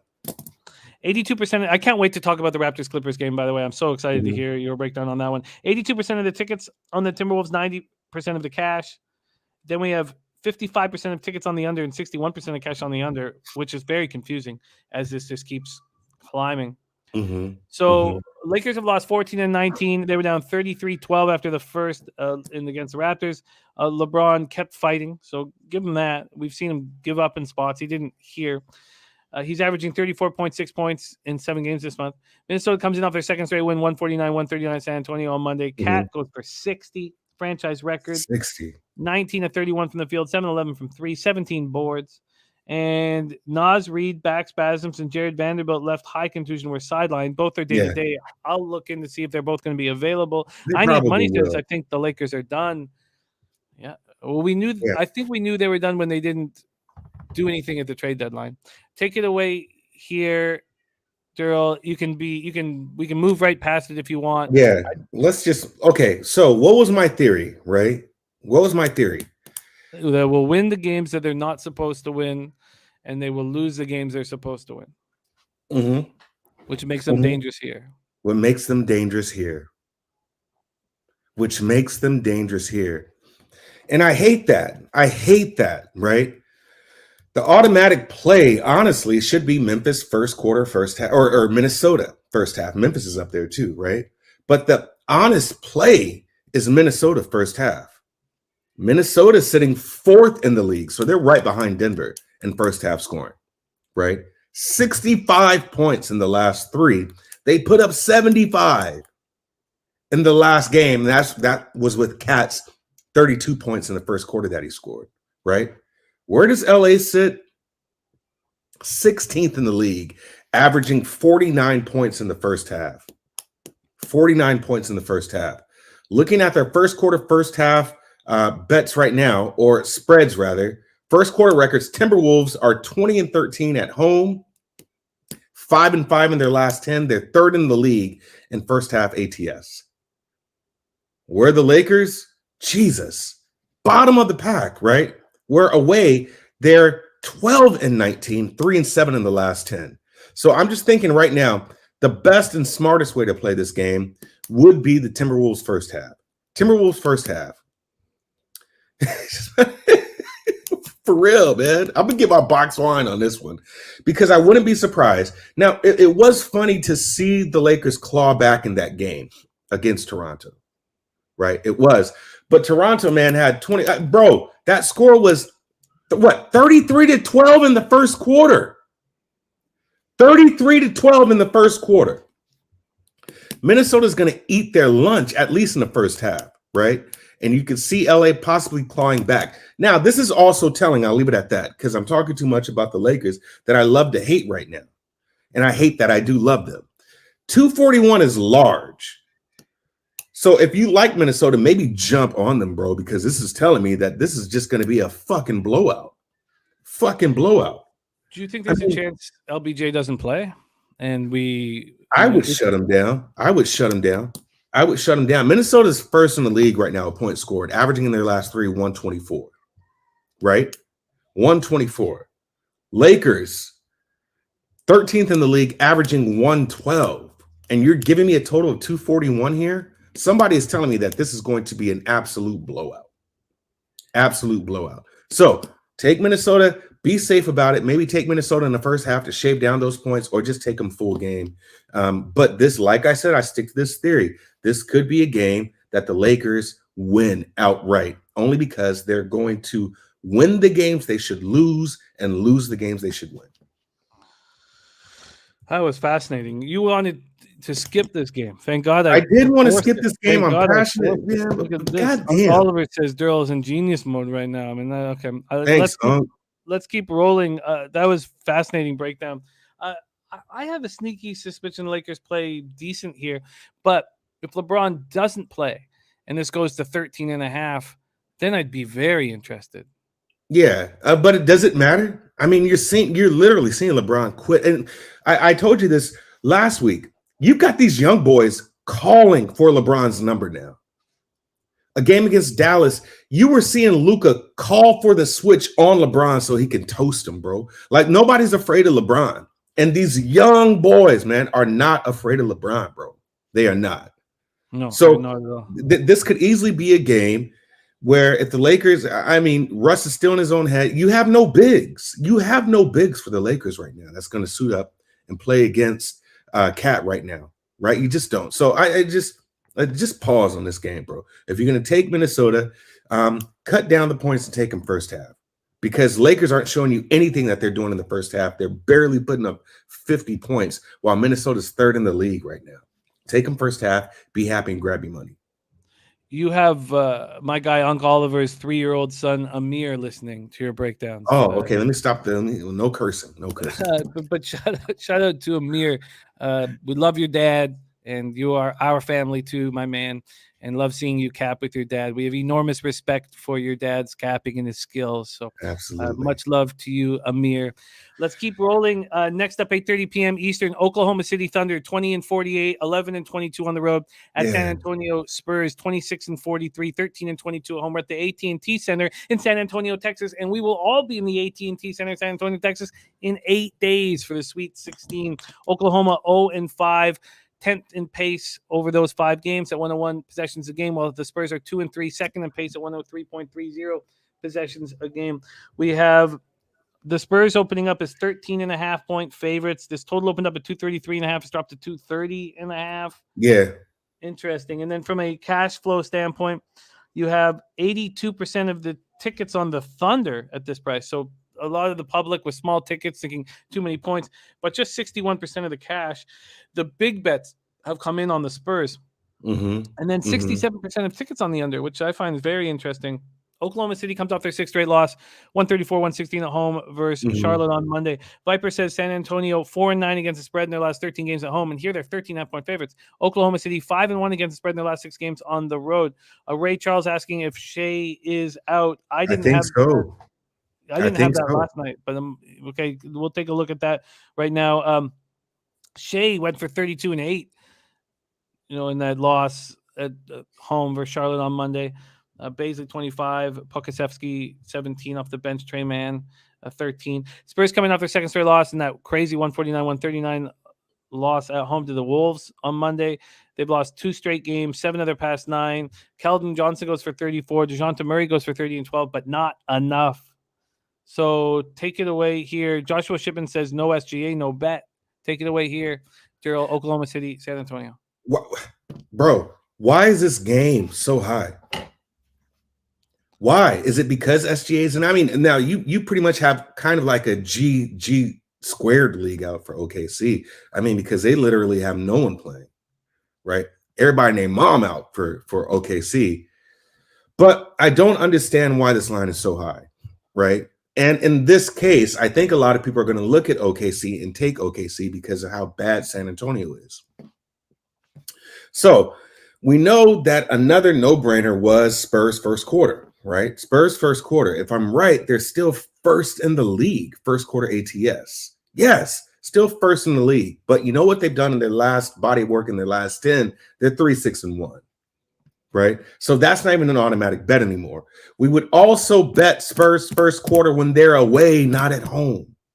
When they are away, they have a better record away. We also take Spurs first quarter when they are a dog. Right? Not in this case here. Not in this case here at all. So it's one of those things to where you want to make automatic bets because those are the trends and that's what's happening. But this is the wrong time to take San Antonio Spurs here. The only way I can look here is DeJounte Murray. So I did jump on DeJounte Murray's points. It's at minus 107 is what I got it. 24.5 points. If you have no SGA in this, DeJounte is going to feast, bro.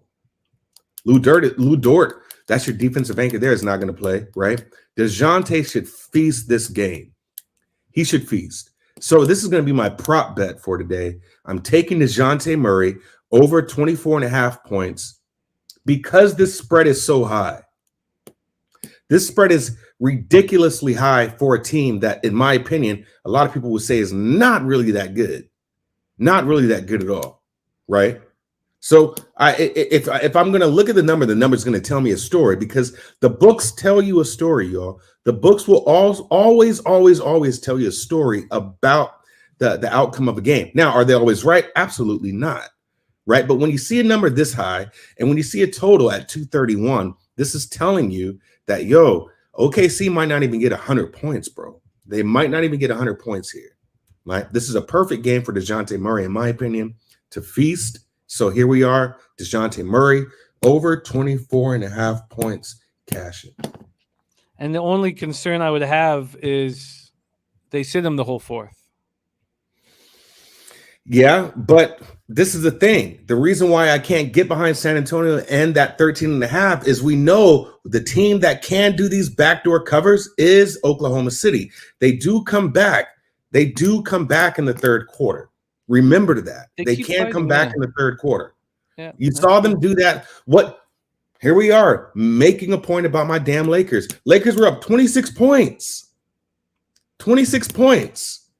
And they came back and got them and beat the Lakers, right? So if there's a team that could come back or at least be gritty, man, it is going to be Oklahoma City. That's one of those teams. Now, if this was San Antonio against Houston, or if this was a Houston team, maybe it's a different story, right? But it is OKC, and they are going to fight. So, I do like San Antonio Spurs. I mean, DeJounte Murray is going to give you 8 to 10 points in the first quarter.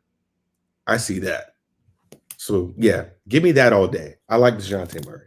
24.5 at minus 110 is available right now at FanDuel. Let's keep rolling. We have 4 games left on this enormous card. Great job as always, Darryl. Next up, we have Chicago Bulls at Utah Jazz. Bulls 41-27, 16-17 on the road. Jazz 42-26, 24-11 at home. We're in Vivint Arena in Salt Lake City, Utah. Both teams 2-3 over their past 5. During that 5 games, Chicago's played the 18th ranked pace in the league, 99.3 possessions a game, while Utah 2-3, 24th in pace at 97.7 possessions a game. When we move over here, we have the Jazz opening up at -6. That's where they are right across the board. This total's come from 225.5 down to 224. And we go over to the cash. 8,271 tickets in. Listen to this. 61% of the tickets on the Bulls and 21% of the cash. So the big bets are coming in here on the Utah Jazz. 68% of the tickets on the over, 39% of cash on the over. So the bigger bets coming in on the under. Vipe says Utah 6-2-1 against the spread in their last 9 games at home. Viper says Chicago 0-5 against the spread in their last 5 games on the road. Ray Charles looking at the Rudy Gobert prop, over 12.5 boards. Bulls had their 2-game winning streak snapped in a 112-103 loss at Sacramento on Monday. They've lost 6 of 8. Jazz coming off their second loss in 3 games, 117-111 on Monday night. They've lost 4 of 7. That loss to Milwaukee was, not as bad as losing to Sacramento, I guess. Yeah. And that's with Caruso, right? Yeah. Donovan Mitchell led the Jazz with 29-8, and Conley finally did something. 29 points, 10 of 13 shooting, 7 assists. he was 5 of 34 from the field in his previous 4 games. Take it away here, Darryl. Bulls, Jazz. Yeah, I don't have a play on this game, but it does look like a Jazz spot. It does. It really does. So I mean, this seems like this game they could probably go back and forth and Jazz eventually get it done. But at the same time, man, if you look at their last 10, Jazz is not really covering spreads, bro. They're not. They're not at all. And this number, for the most part, has not moved, right? It opened at 6, and it's just been there. It's just been there. So do I see a blowout happening? I don't see it. I just couldn't gauge this game at all. So just knowing that the Jazz doesn't cover spreads and Chicago does suck, this does seem like a ripe opportunity for the Jazz to finally cover a spread.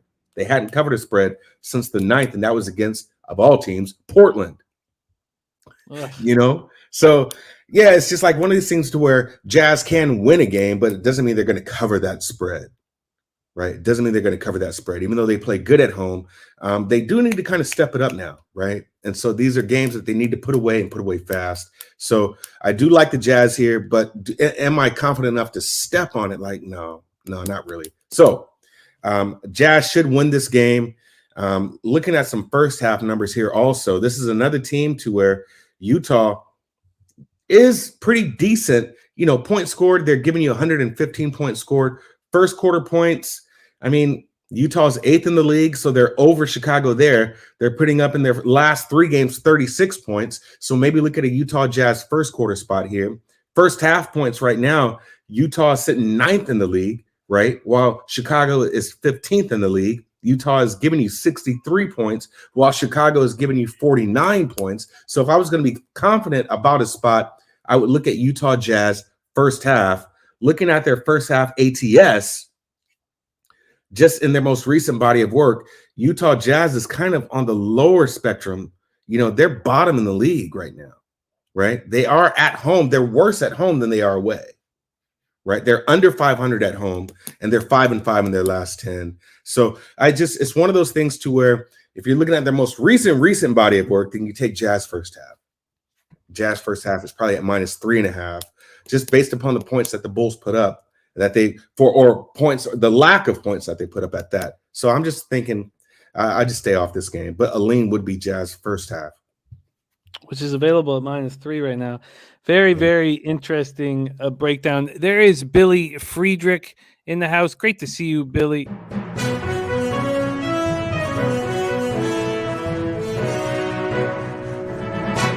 I am very excited to see what your next guest brings to the show. Very polarizing figure, making his debut here on Betting with the Bag, the 45th president of the United States of America. Please welcome to the show, Donald J. Trump. Jimmy, it's me, Donald Trump here, to make NBA handicapping great again with a very presidential pick. And what am I doing? I'm eating a taco bowl. You know, a lot of people in the media with the fake news, they want to tell you, Donald Trump, he doesn't like Mexicans. He doesn't love Mexicans. He wants to build a wall. He wants to build a very large wall that keeps all the Mexicans out. But here I am. You know, a lot of Mexicans, not all of them, a lot of them are bad hombres. But I love Mexican people. And here I am eating a taco bowl. You know, Jimmy, getting out of Washington was just what the doctor ordered. I'm finally getting back to doing what I do best. What's that, capping basketball? Hookers! That's right, Jimmy. They can steal my election, but they'll never take my erection. You know what I mean, Jimmy?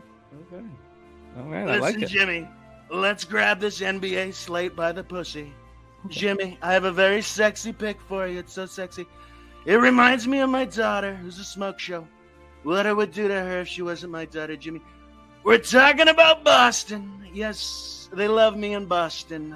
You know, Bill Belichick, he wrote me a very special note, congratulating me when I blew Hillary out of the water. And here we are, catching 4 points, at least 4 points that opened 4.5. Got bet down by some very big players in the game. The Celtics, they're taking on Golden State. And I know they're in Golden State, and I have to hand it to them. They seem to have gotten right. Draymond Green is back. He played 20 minutes against the Wizards. Jimmy, this isn't the Wizards coming to town. Jimmy, I'm going to say something very controversial. Even more controversial than when I said Vlad Putin's like a genius, which he is, and for praising him for invading Ukraine and saying that he's an excellent capper. I'm going to say this right now. The Boston Celtics are the best team in the NBA, bar none. That's wild, Mr. Trump. But you're saying what, the 8th ranked team to win the NBA championship? They're sitting here at 16-1. You're saying the market's that wrong and you are that right? Listen, Jimmy, the Celtics, they're very hungry. They're coming off a loss. They're fully rested. They're fully healthy, full squad. Very healthy, not like Sleepy Joe. Jason Tatum, he's looking like the total package right now. They're the best defense in the NBA over the last 2 months, and I think they'll keep this one close. They always play the Warriors tough, even when the Warriors were great, when they were like really great and winning all those championships. They were like 8-4 their last 12. They lost 5, or they said they beat them 5 in a row before losing in December. You know, they were looking so disinterested and sluggish earlier this season, like Sleepy Joe. And now here they are, looking like a runaway Trump train. We're riding with the Celtics, catching over a possession. Grab those points right now before the liberal media tries to steal them from you, believe me. I like it. I like it. The Boston Celtics plus the points coming to you right here on Betting with the Bag. Mr. Trump, thank you for taking the time to share your basketball prowess with us. Enjoy your taco bowl. And, you know, if you cash this, maybe we'll have you back. Jimmy, here's more proof that I'm seriously, like, not a racist. Leche, los bookmakers. So Spanish of me. There he is. President Trump. Wow. Darryl, Trump on the Celtics here. It was plus 4.5. Went down to 4. Went down to 3.5. And now it's down to 2. So the Whales making big bets here on the Boston Celtics. And a lot of people in the chat talking about this total here. Mm-hmm. This total is sitting at 219.5 from 220. Mm-hmm. When we go over to the cash flow here, we have 21% of the tickets on the Celtics, but 47% of the cash. So the big bets have come in and moving the line. Public coming back in on the Warriors. 65% of tickets on the over, but just 35% of cash on the over. And Boston's pace, while they've been doing all this glorious winning, other than the loss of the Mavericks, 27th in the NBA, 95.6 possessions a game, while the Warriors 17th and 99.4 possessions a game. Celtics had their 5-game winning streak snapped in that loss, 95-92 loss to Dallas on Sunday. They've won 23 of 30. White and Dice looking good. Also, their deadline acquisitions. And the Golden State Warriors coming off their 4th straight win. Draymond Green back in action. Take it away here. Looking forward to hear your breakdown. Yeah. So that's a really good Trump impersonation. I have to tell you. Really good. Glad to see Omarion changed his image, and now he's good old Trump, right? I'm going to tell you this. I looked at the under on this game, right? I looked at the under. I think that this could be a fight to where both teams don't get to 100. Could be. Only thing that keeps me off of that is the fact, and I was talking about this earlier with my buddy Corey on the show, is that you've got showstoppers who could shoot anytime, anywhere, and that's Tatum and that's Curry, of course, right? What you have to understand, though, is that this is a completely different squad with Dre. A completely different squad with Dre. With Draymond on the court, this is how you see how much of a difference he makes with him being on the court. I'm telling you this. I do believe Golden State can still win this game. It's going to be a defensive chess match, if you ask me. But I do like Golden State first half, and this is the reason why. I looked at that Boston and Charlotte game, right? Boston let Charlotte hang around in the first half to where they didn't cover that spread in the first half. And then Boston turned it on in the second half. If you look at the point disparity, it's like a 15-point difference where I should have thought about it, but Boston is also a second half team.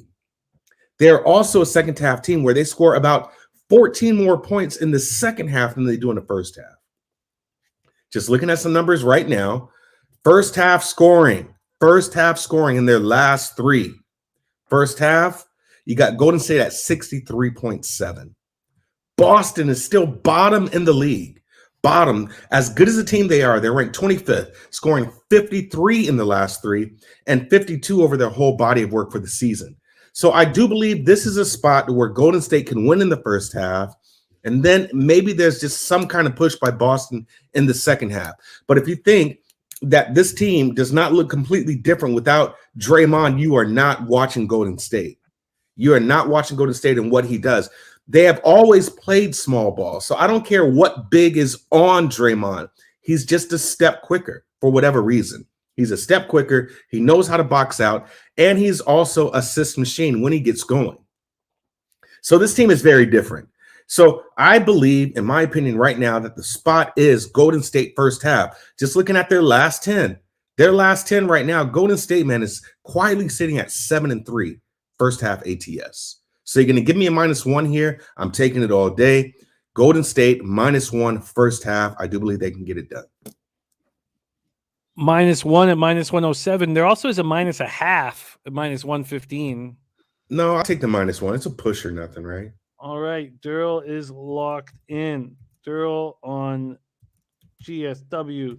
First half -1 at -107.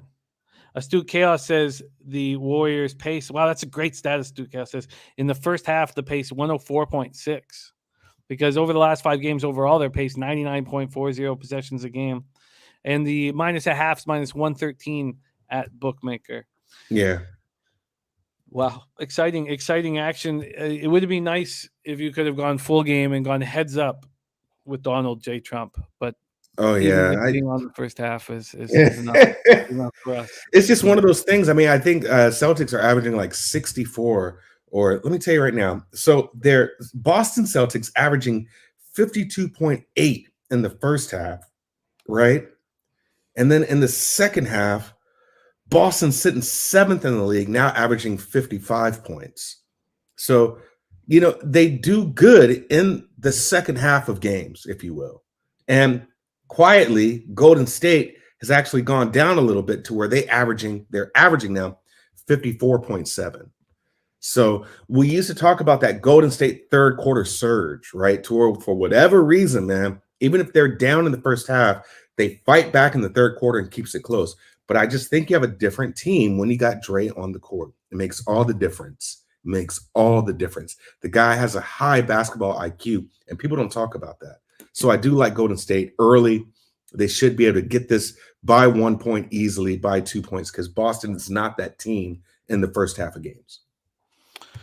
I like it. We have Darryl on the board. Let's move on. 2 games left on this card. Next one, 10 p.m. Eastern. Milwaukee Bucks 43-26, 19-14 on the road at Sacramento Kings 25-45, 16-20 at home. We're at the Golden One Center in Sacramento, California. Milwaukee 4-1 over their past 5, 12th in pace at 100.8 possessions game, while the Kings are 1-4, 16th in pace at 99.50 possessions a game. Milwaukee opening up as 9-point favorites, moves to 8.5, then to 8. This total goes from 239 up to 241, and now 241 and a half. That's a high pace for teams that are averaging.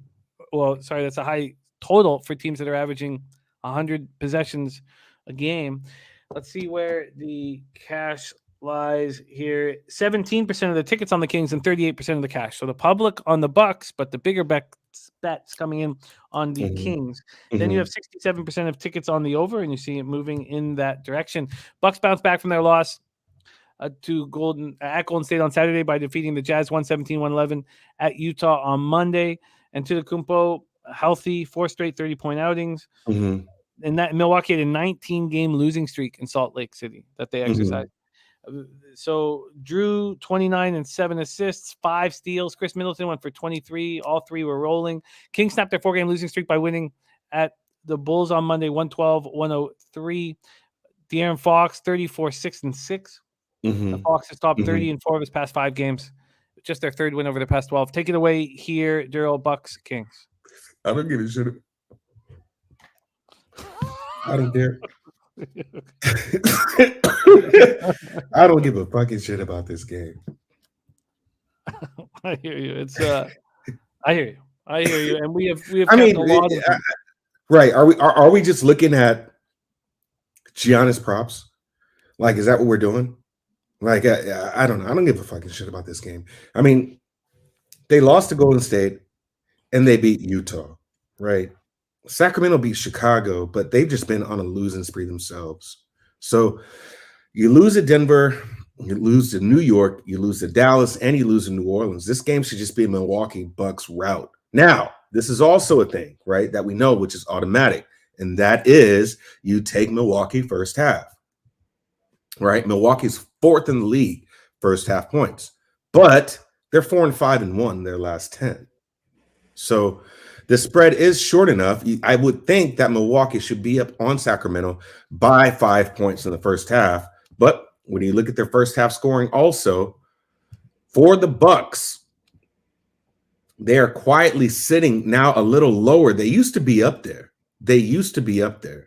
But I take that back. They are number one in the league in first half points. Number one in the league in first half points now. Milwaukee is sitting at, for the season, 59 points. Last three, 64.7. Last one, 68. Sacramento, on the other hand, is 13th in the league, right? Giving you 56.4 points. So they're kind of close, right? Even in their last three, Sacramento's giving you 60 points. So this would explain the total also. Sacramento's still not a pushover. They can score, but no one's stopping Giannis at all. So I would take them first half if they would have had a better last 10 record, right? But this is just not a game that I want to be really involved in because I don't know how it would go. But the obvious deal is really to take the Bucks. However, it did go down a hook, right? It was at 9, and now we're sitting at 8.5. So I just don't want any action in this game. I get it. I completely get it. It is an ugly one. It is an ugly one, especially after the Bucks played a meaningful game. Now they play a meaningless game. Let's move on to the final game on the card and the one that I am the most interested in. 10:30 p.m. Eastern. Toronto Raptors 38-30, 21-15 on the road at LA Clippers 36-35, 20-14 at home. Crypto.com arena in LA, California. Raptors have cashed 4 straight. They're 4-1 over their past 5. 15th in pace at 99.60 possessions a game. Sorry about that. Clippers 2-3, last in pace over their last 5 games, 94.24 possessions a game. The Raptors opened up a -2.5. They're now 1.5 across the board, but they were 1-point favorites before the show started. So it looks like there has been a little bit of buyback on the Raptors. This total opening up at 218.5 has dropped to 215.5. Rant says over. Let's take a look at the cash flow here. 6,241 tickets in. 76% of the tickets, 92% of the cash on the Raptors, and yet the market moves towards the Clippers. That's a big old red flag. In another spot where 67% of the tickets are on the over, we don't know the cash flow yet on the over. Raps 4 straight win, 114-103 at the Lakers on Monday. It's okay. It's okay. Y'all just chopping up bodies over there. Y'all just chopping up bodies. J Soul says, love the Raps tonight. 4-0 against the spread and straight up on this road trip against Western Conference teams, which includes the Suns and Nuggets. They should take care of business here. Everything. I wanted to bet the Raptors, definitely. But then that market did make me think twice. Clippers but it's not always right, Jay. It's not. It's not always right. I mean, it does give you cause for pause, right? But it's not always the right move. We have a pretty fresh Clippers squad. They're coming off their second loss in 3 games in overtime at Cleveland on Monday. So they come home. They didn't look very good. It was just a 3-game road trip. They go 1-2, Atlanta, Detroit, and Cleveland. Zubac goes for 24 and 14. They looked good late, and then they went 1 of 10 from the field in overtime to fall apart. 4th loss in 6 games. But Marcus Morris and Reggie Jackson had the night off. So that might help them here. Take it away here, Darryl. Raptors, Clippers, last game on the board. Yeah, I took the Toronto Raptors. I did. Right? They haven't been anywhere since they got to LA. They played the Lakers, right? So it's not like it's been any travel. So it's a good time to game plan and Nick Nurse to put some schemes together. It is kind of iffy. I don't know if Van Vliet is playing, right? But your stars can't be Reggie Jackson, right? If you're depending on Reggie Jackson to win a game for you, it's not going to be against the Raptors. It'd be against the Lakers, but not against the Raptors, right? So I do believe this is a really good matchup.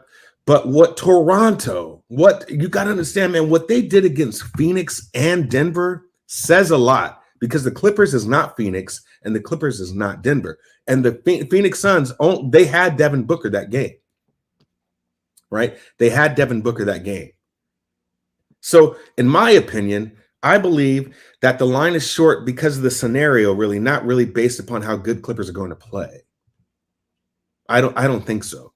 So just looking at them now, Toronto Raptors, man, I always go to kind of the same kind of numbers just for the most recent body of work, and then look what they've done over their last 10.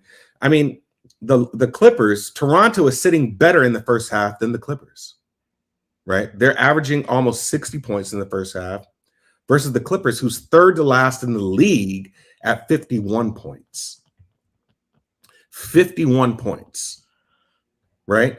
Over their last 10, right now, the Raptors are sitting right now more close to the bottom. They're 3-7 in the first half, which is the reason why I did not pull the trigger on the first half bet there, because I do believe that maybe this can be a gritty game. You might see the Clippers kind of start off strong, but Toronto fights, man. They fight, and they do have the length, right? So now maybe you see some pick and roll action with Barnes.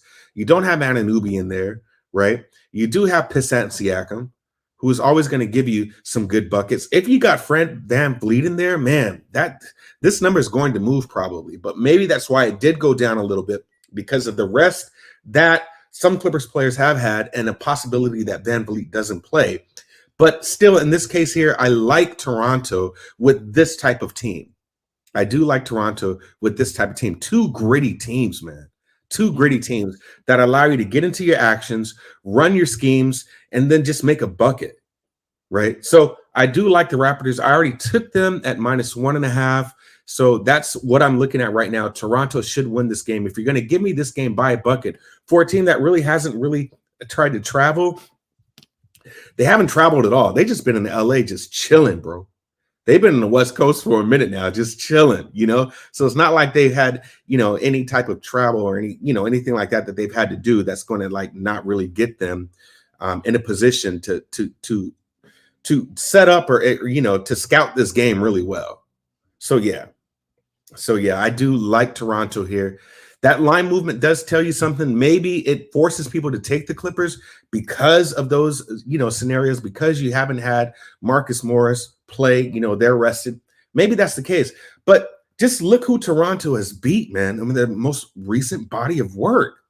You're giving me a 1.5 here, so maybe the books are just trying to mess with you.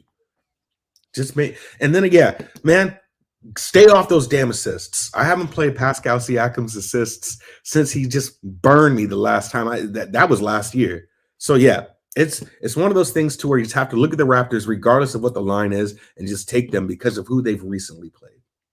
And so we're making Raps -1.5 official for you. Yeah, I've already played that. VanVleet is not on. That's yeah. That could pop up at any moment because second half. Could be. But yeah, if he's playing, it's curtains to me. It's curtains.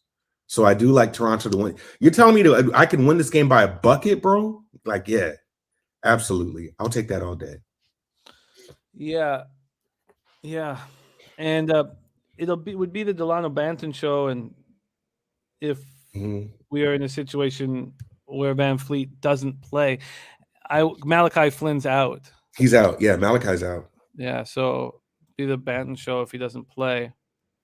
And I wonder if that will make VanVleet. VanVleet's going to play. It's not a second half back-to-back or anything like that. So I think, I agree. I think the Raptors are the look here. They're just playing so well, but the market surely scares me. All right, let's review NBA action. We got Darryl here. He's on the Hawks first half, -103. And I missed the peak of this total, but it's still at 240, which I still think is okay.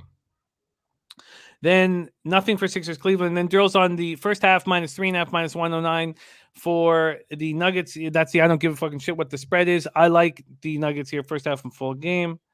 Then Daryl's on the Nets first half plus 1.5. I already bet the Mavs minus 1.5. Yeah, Those are that's the only gonna two bets that's I made gonna be before an the bet. interesting game. I'm gonna really watch that game. But that first half just sticks out to me. Could be wrong, man. Could be wrong. I mean, shit, fade me if you want to, but something about that game. Then we have, let me just copy and paste this. We have Portland Knicks. We are off. I'm interested in the Rockets plus 11.5. I'm not sure what to do with the Lakers here. Probably nothing. DeJounte Murray over 24.5 points. That is a Derl look. Then Jazz minus 6. I have interest in. Daryl's on the Warriors first half -1 at -107. Off Bucks Kings, and he's on the Raps -1.5 at -109. And then we have Astute Chaos on Philadelphia Cleveland over 218.5 and first half over 109.5. Denver Washington first half over 118.5. Boston Golden State first half over 110.5. And that is where we stand. Daryl, my man, so great to rock with you again. Can't wait to do this again with you on Friday and then get to hang with you in person the following week. My man. Much love to you. Follow our guy on Twitter at It's Derl. Let's do it, man. Thank you for all your hard work. Any last words for the Capper Sport in the show? Appreciate y'all. Appreciate you. Good talking ball today. Big card, man. Let's get it back. Let's win some money. Appreciate everybody in the chat. I really do appreciate it, man. It is really good to talk ball. Jimmy, as always, love talking ball with you, and I will see you in 48 hours. I love it. There he is. Daryl Rice rolling with us. Let's review all action. Dan Kelly in basketball. Toronto team total under 108.5. Which makes me think. And then he's also on that first half over with Astute Chaos. So both spots that I want to look a little closer at. Sens -1 at +117. That was the only bet I'd made in hockey before I came onto the show, and I hadn't done anything in college. I only made 2 bets. Senators -1 and the Mavs -1.5. Mr. Gogster is going heads up with that spot, and he's on Columbus, Ottawa, both teams to score in the third period at +120. Columbus money line at +120. He's on the Calgary Tampa Bay Lightning money line parlay. He's doubling up on Minnesota money line -108, first period money line -111, and he added the Calgary Flames puck line at -125. And Turnsey has just added that puck line as well. So then I'm off Bruins Wild at this point, but I respect what you guys are doing there. Spreadsheet play today is Calgary -1.5. Gogster added it, and I think I will add it if it hasn't moved. Let's just quickly see if it's moved here. Still at -125, so I'm okay there. Then nothing for us in the Lightning Kraken, but he does have a parlay with the Lightning, and I do kind of have a feeling that Lightning will want to smash the Kraken here and then go home, finish off the trip and then go home. In the NCAA tourney, we have Noli Knows on the under 155.5 in Bryant Wright State, under 143 in Dayton, Toledo, and under 154 in Long Beach State, BYU. Then in CMAC, I'm interested in Towson first half. I want to look closer. I'm interested in backing Virginia. Diesel, I know he said that he wants Mississippi State, but I think this is a nice bounce back opportunity for Virginia at home. And I'm going to back them. And then we have CMAC on Iona +6.5. I am also interested in Iona, both first half and full game. Ron Crawford spreadsheet play days on Florida Gulf Coast. Conor moved on them as well, -2.5, and I'm going to as well. Then I've got to look closer at these home teams like Coastal Carolina, UMBC, and South Alabama and decipher whether I think that they have motivation to play here, because I'm interested in Maryland, Eastern Shore by the big points, and Southeast Louisiana. And that Kent State Southern Utah game is very tough. There you have it.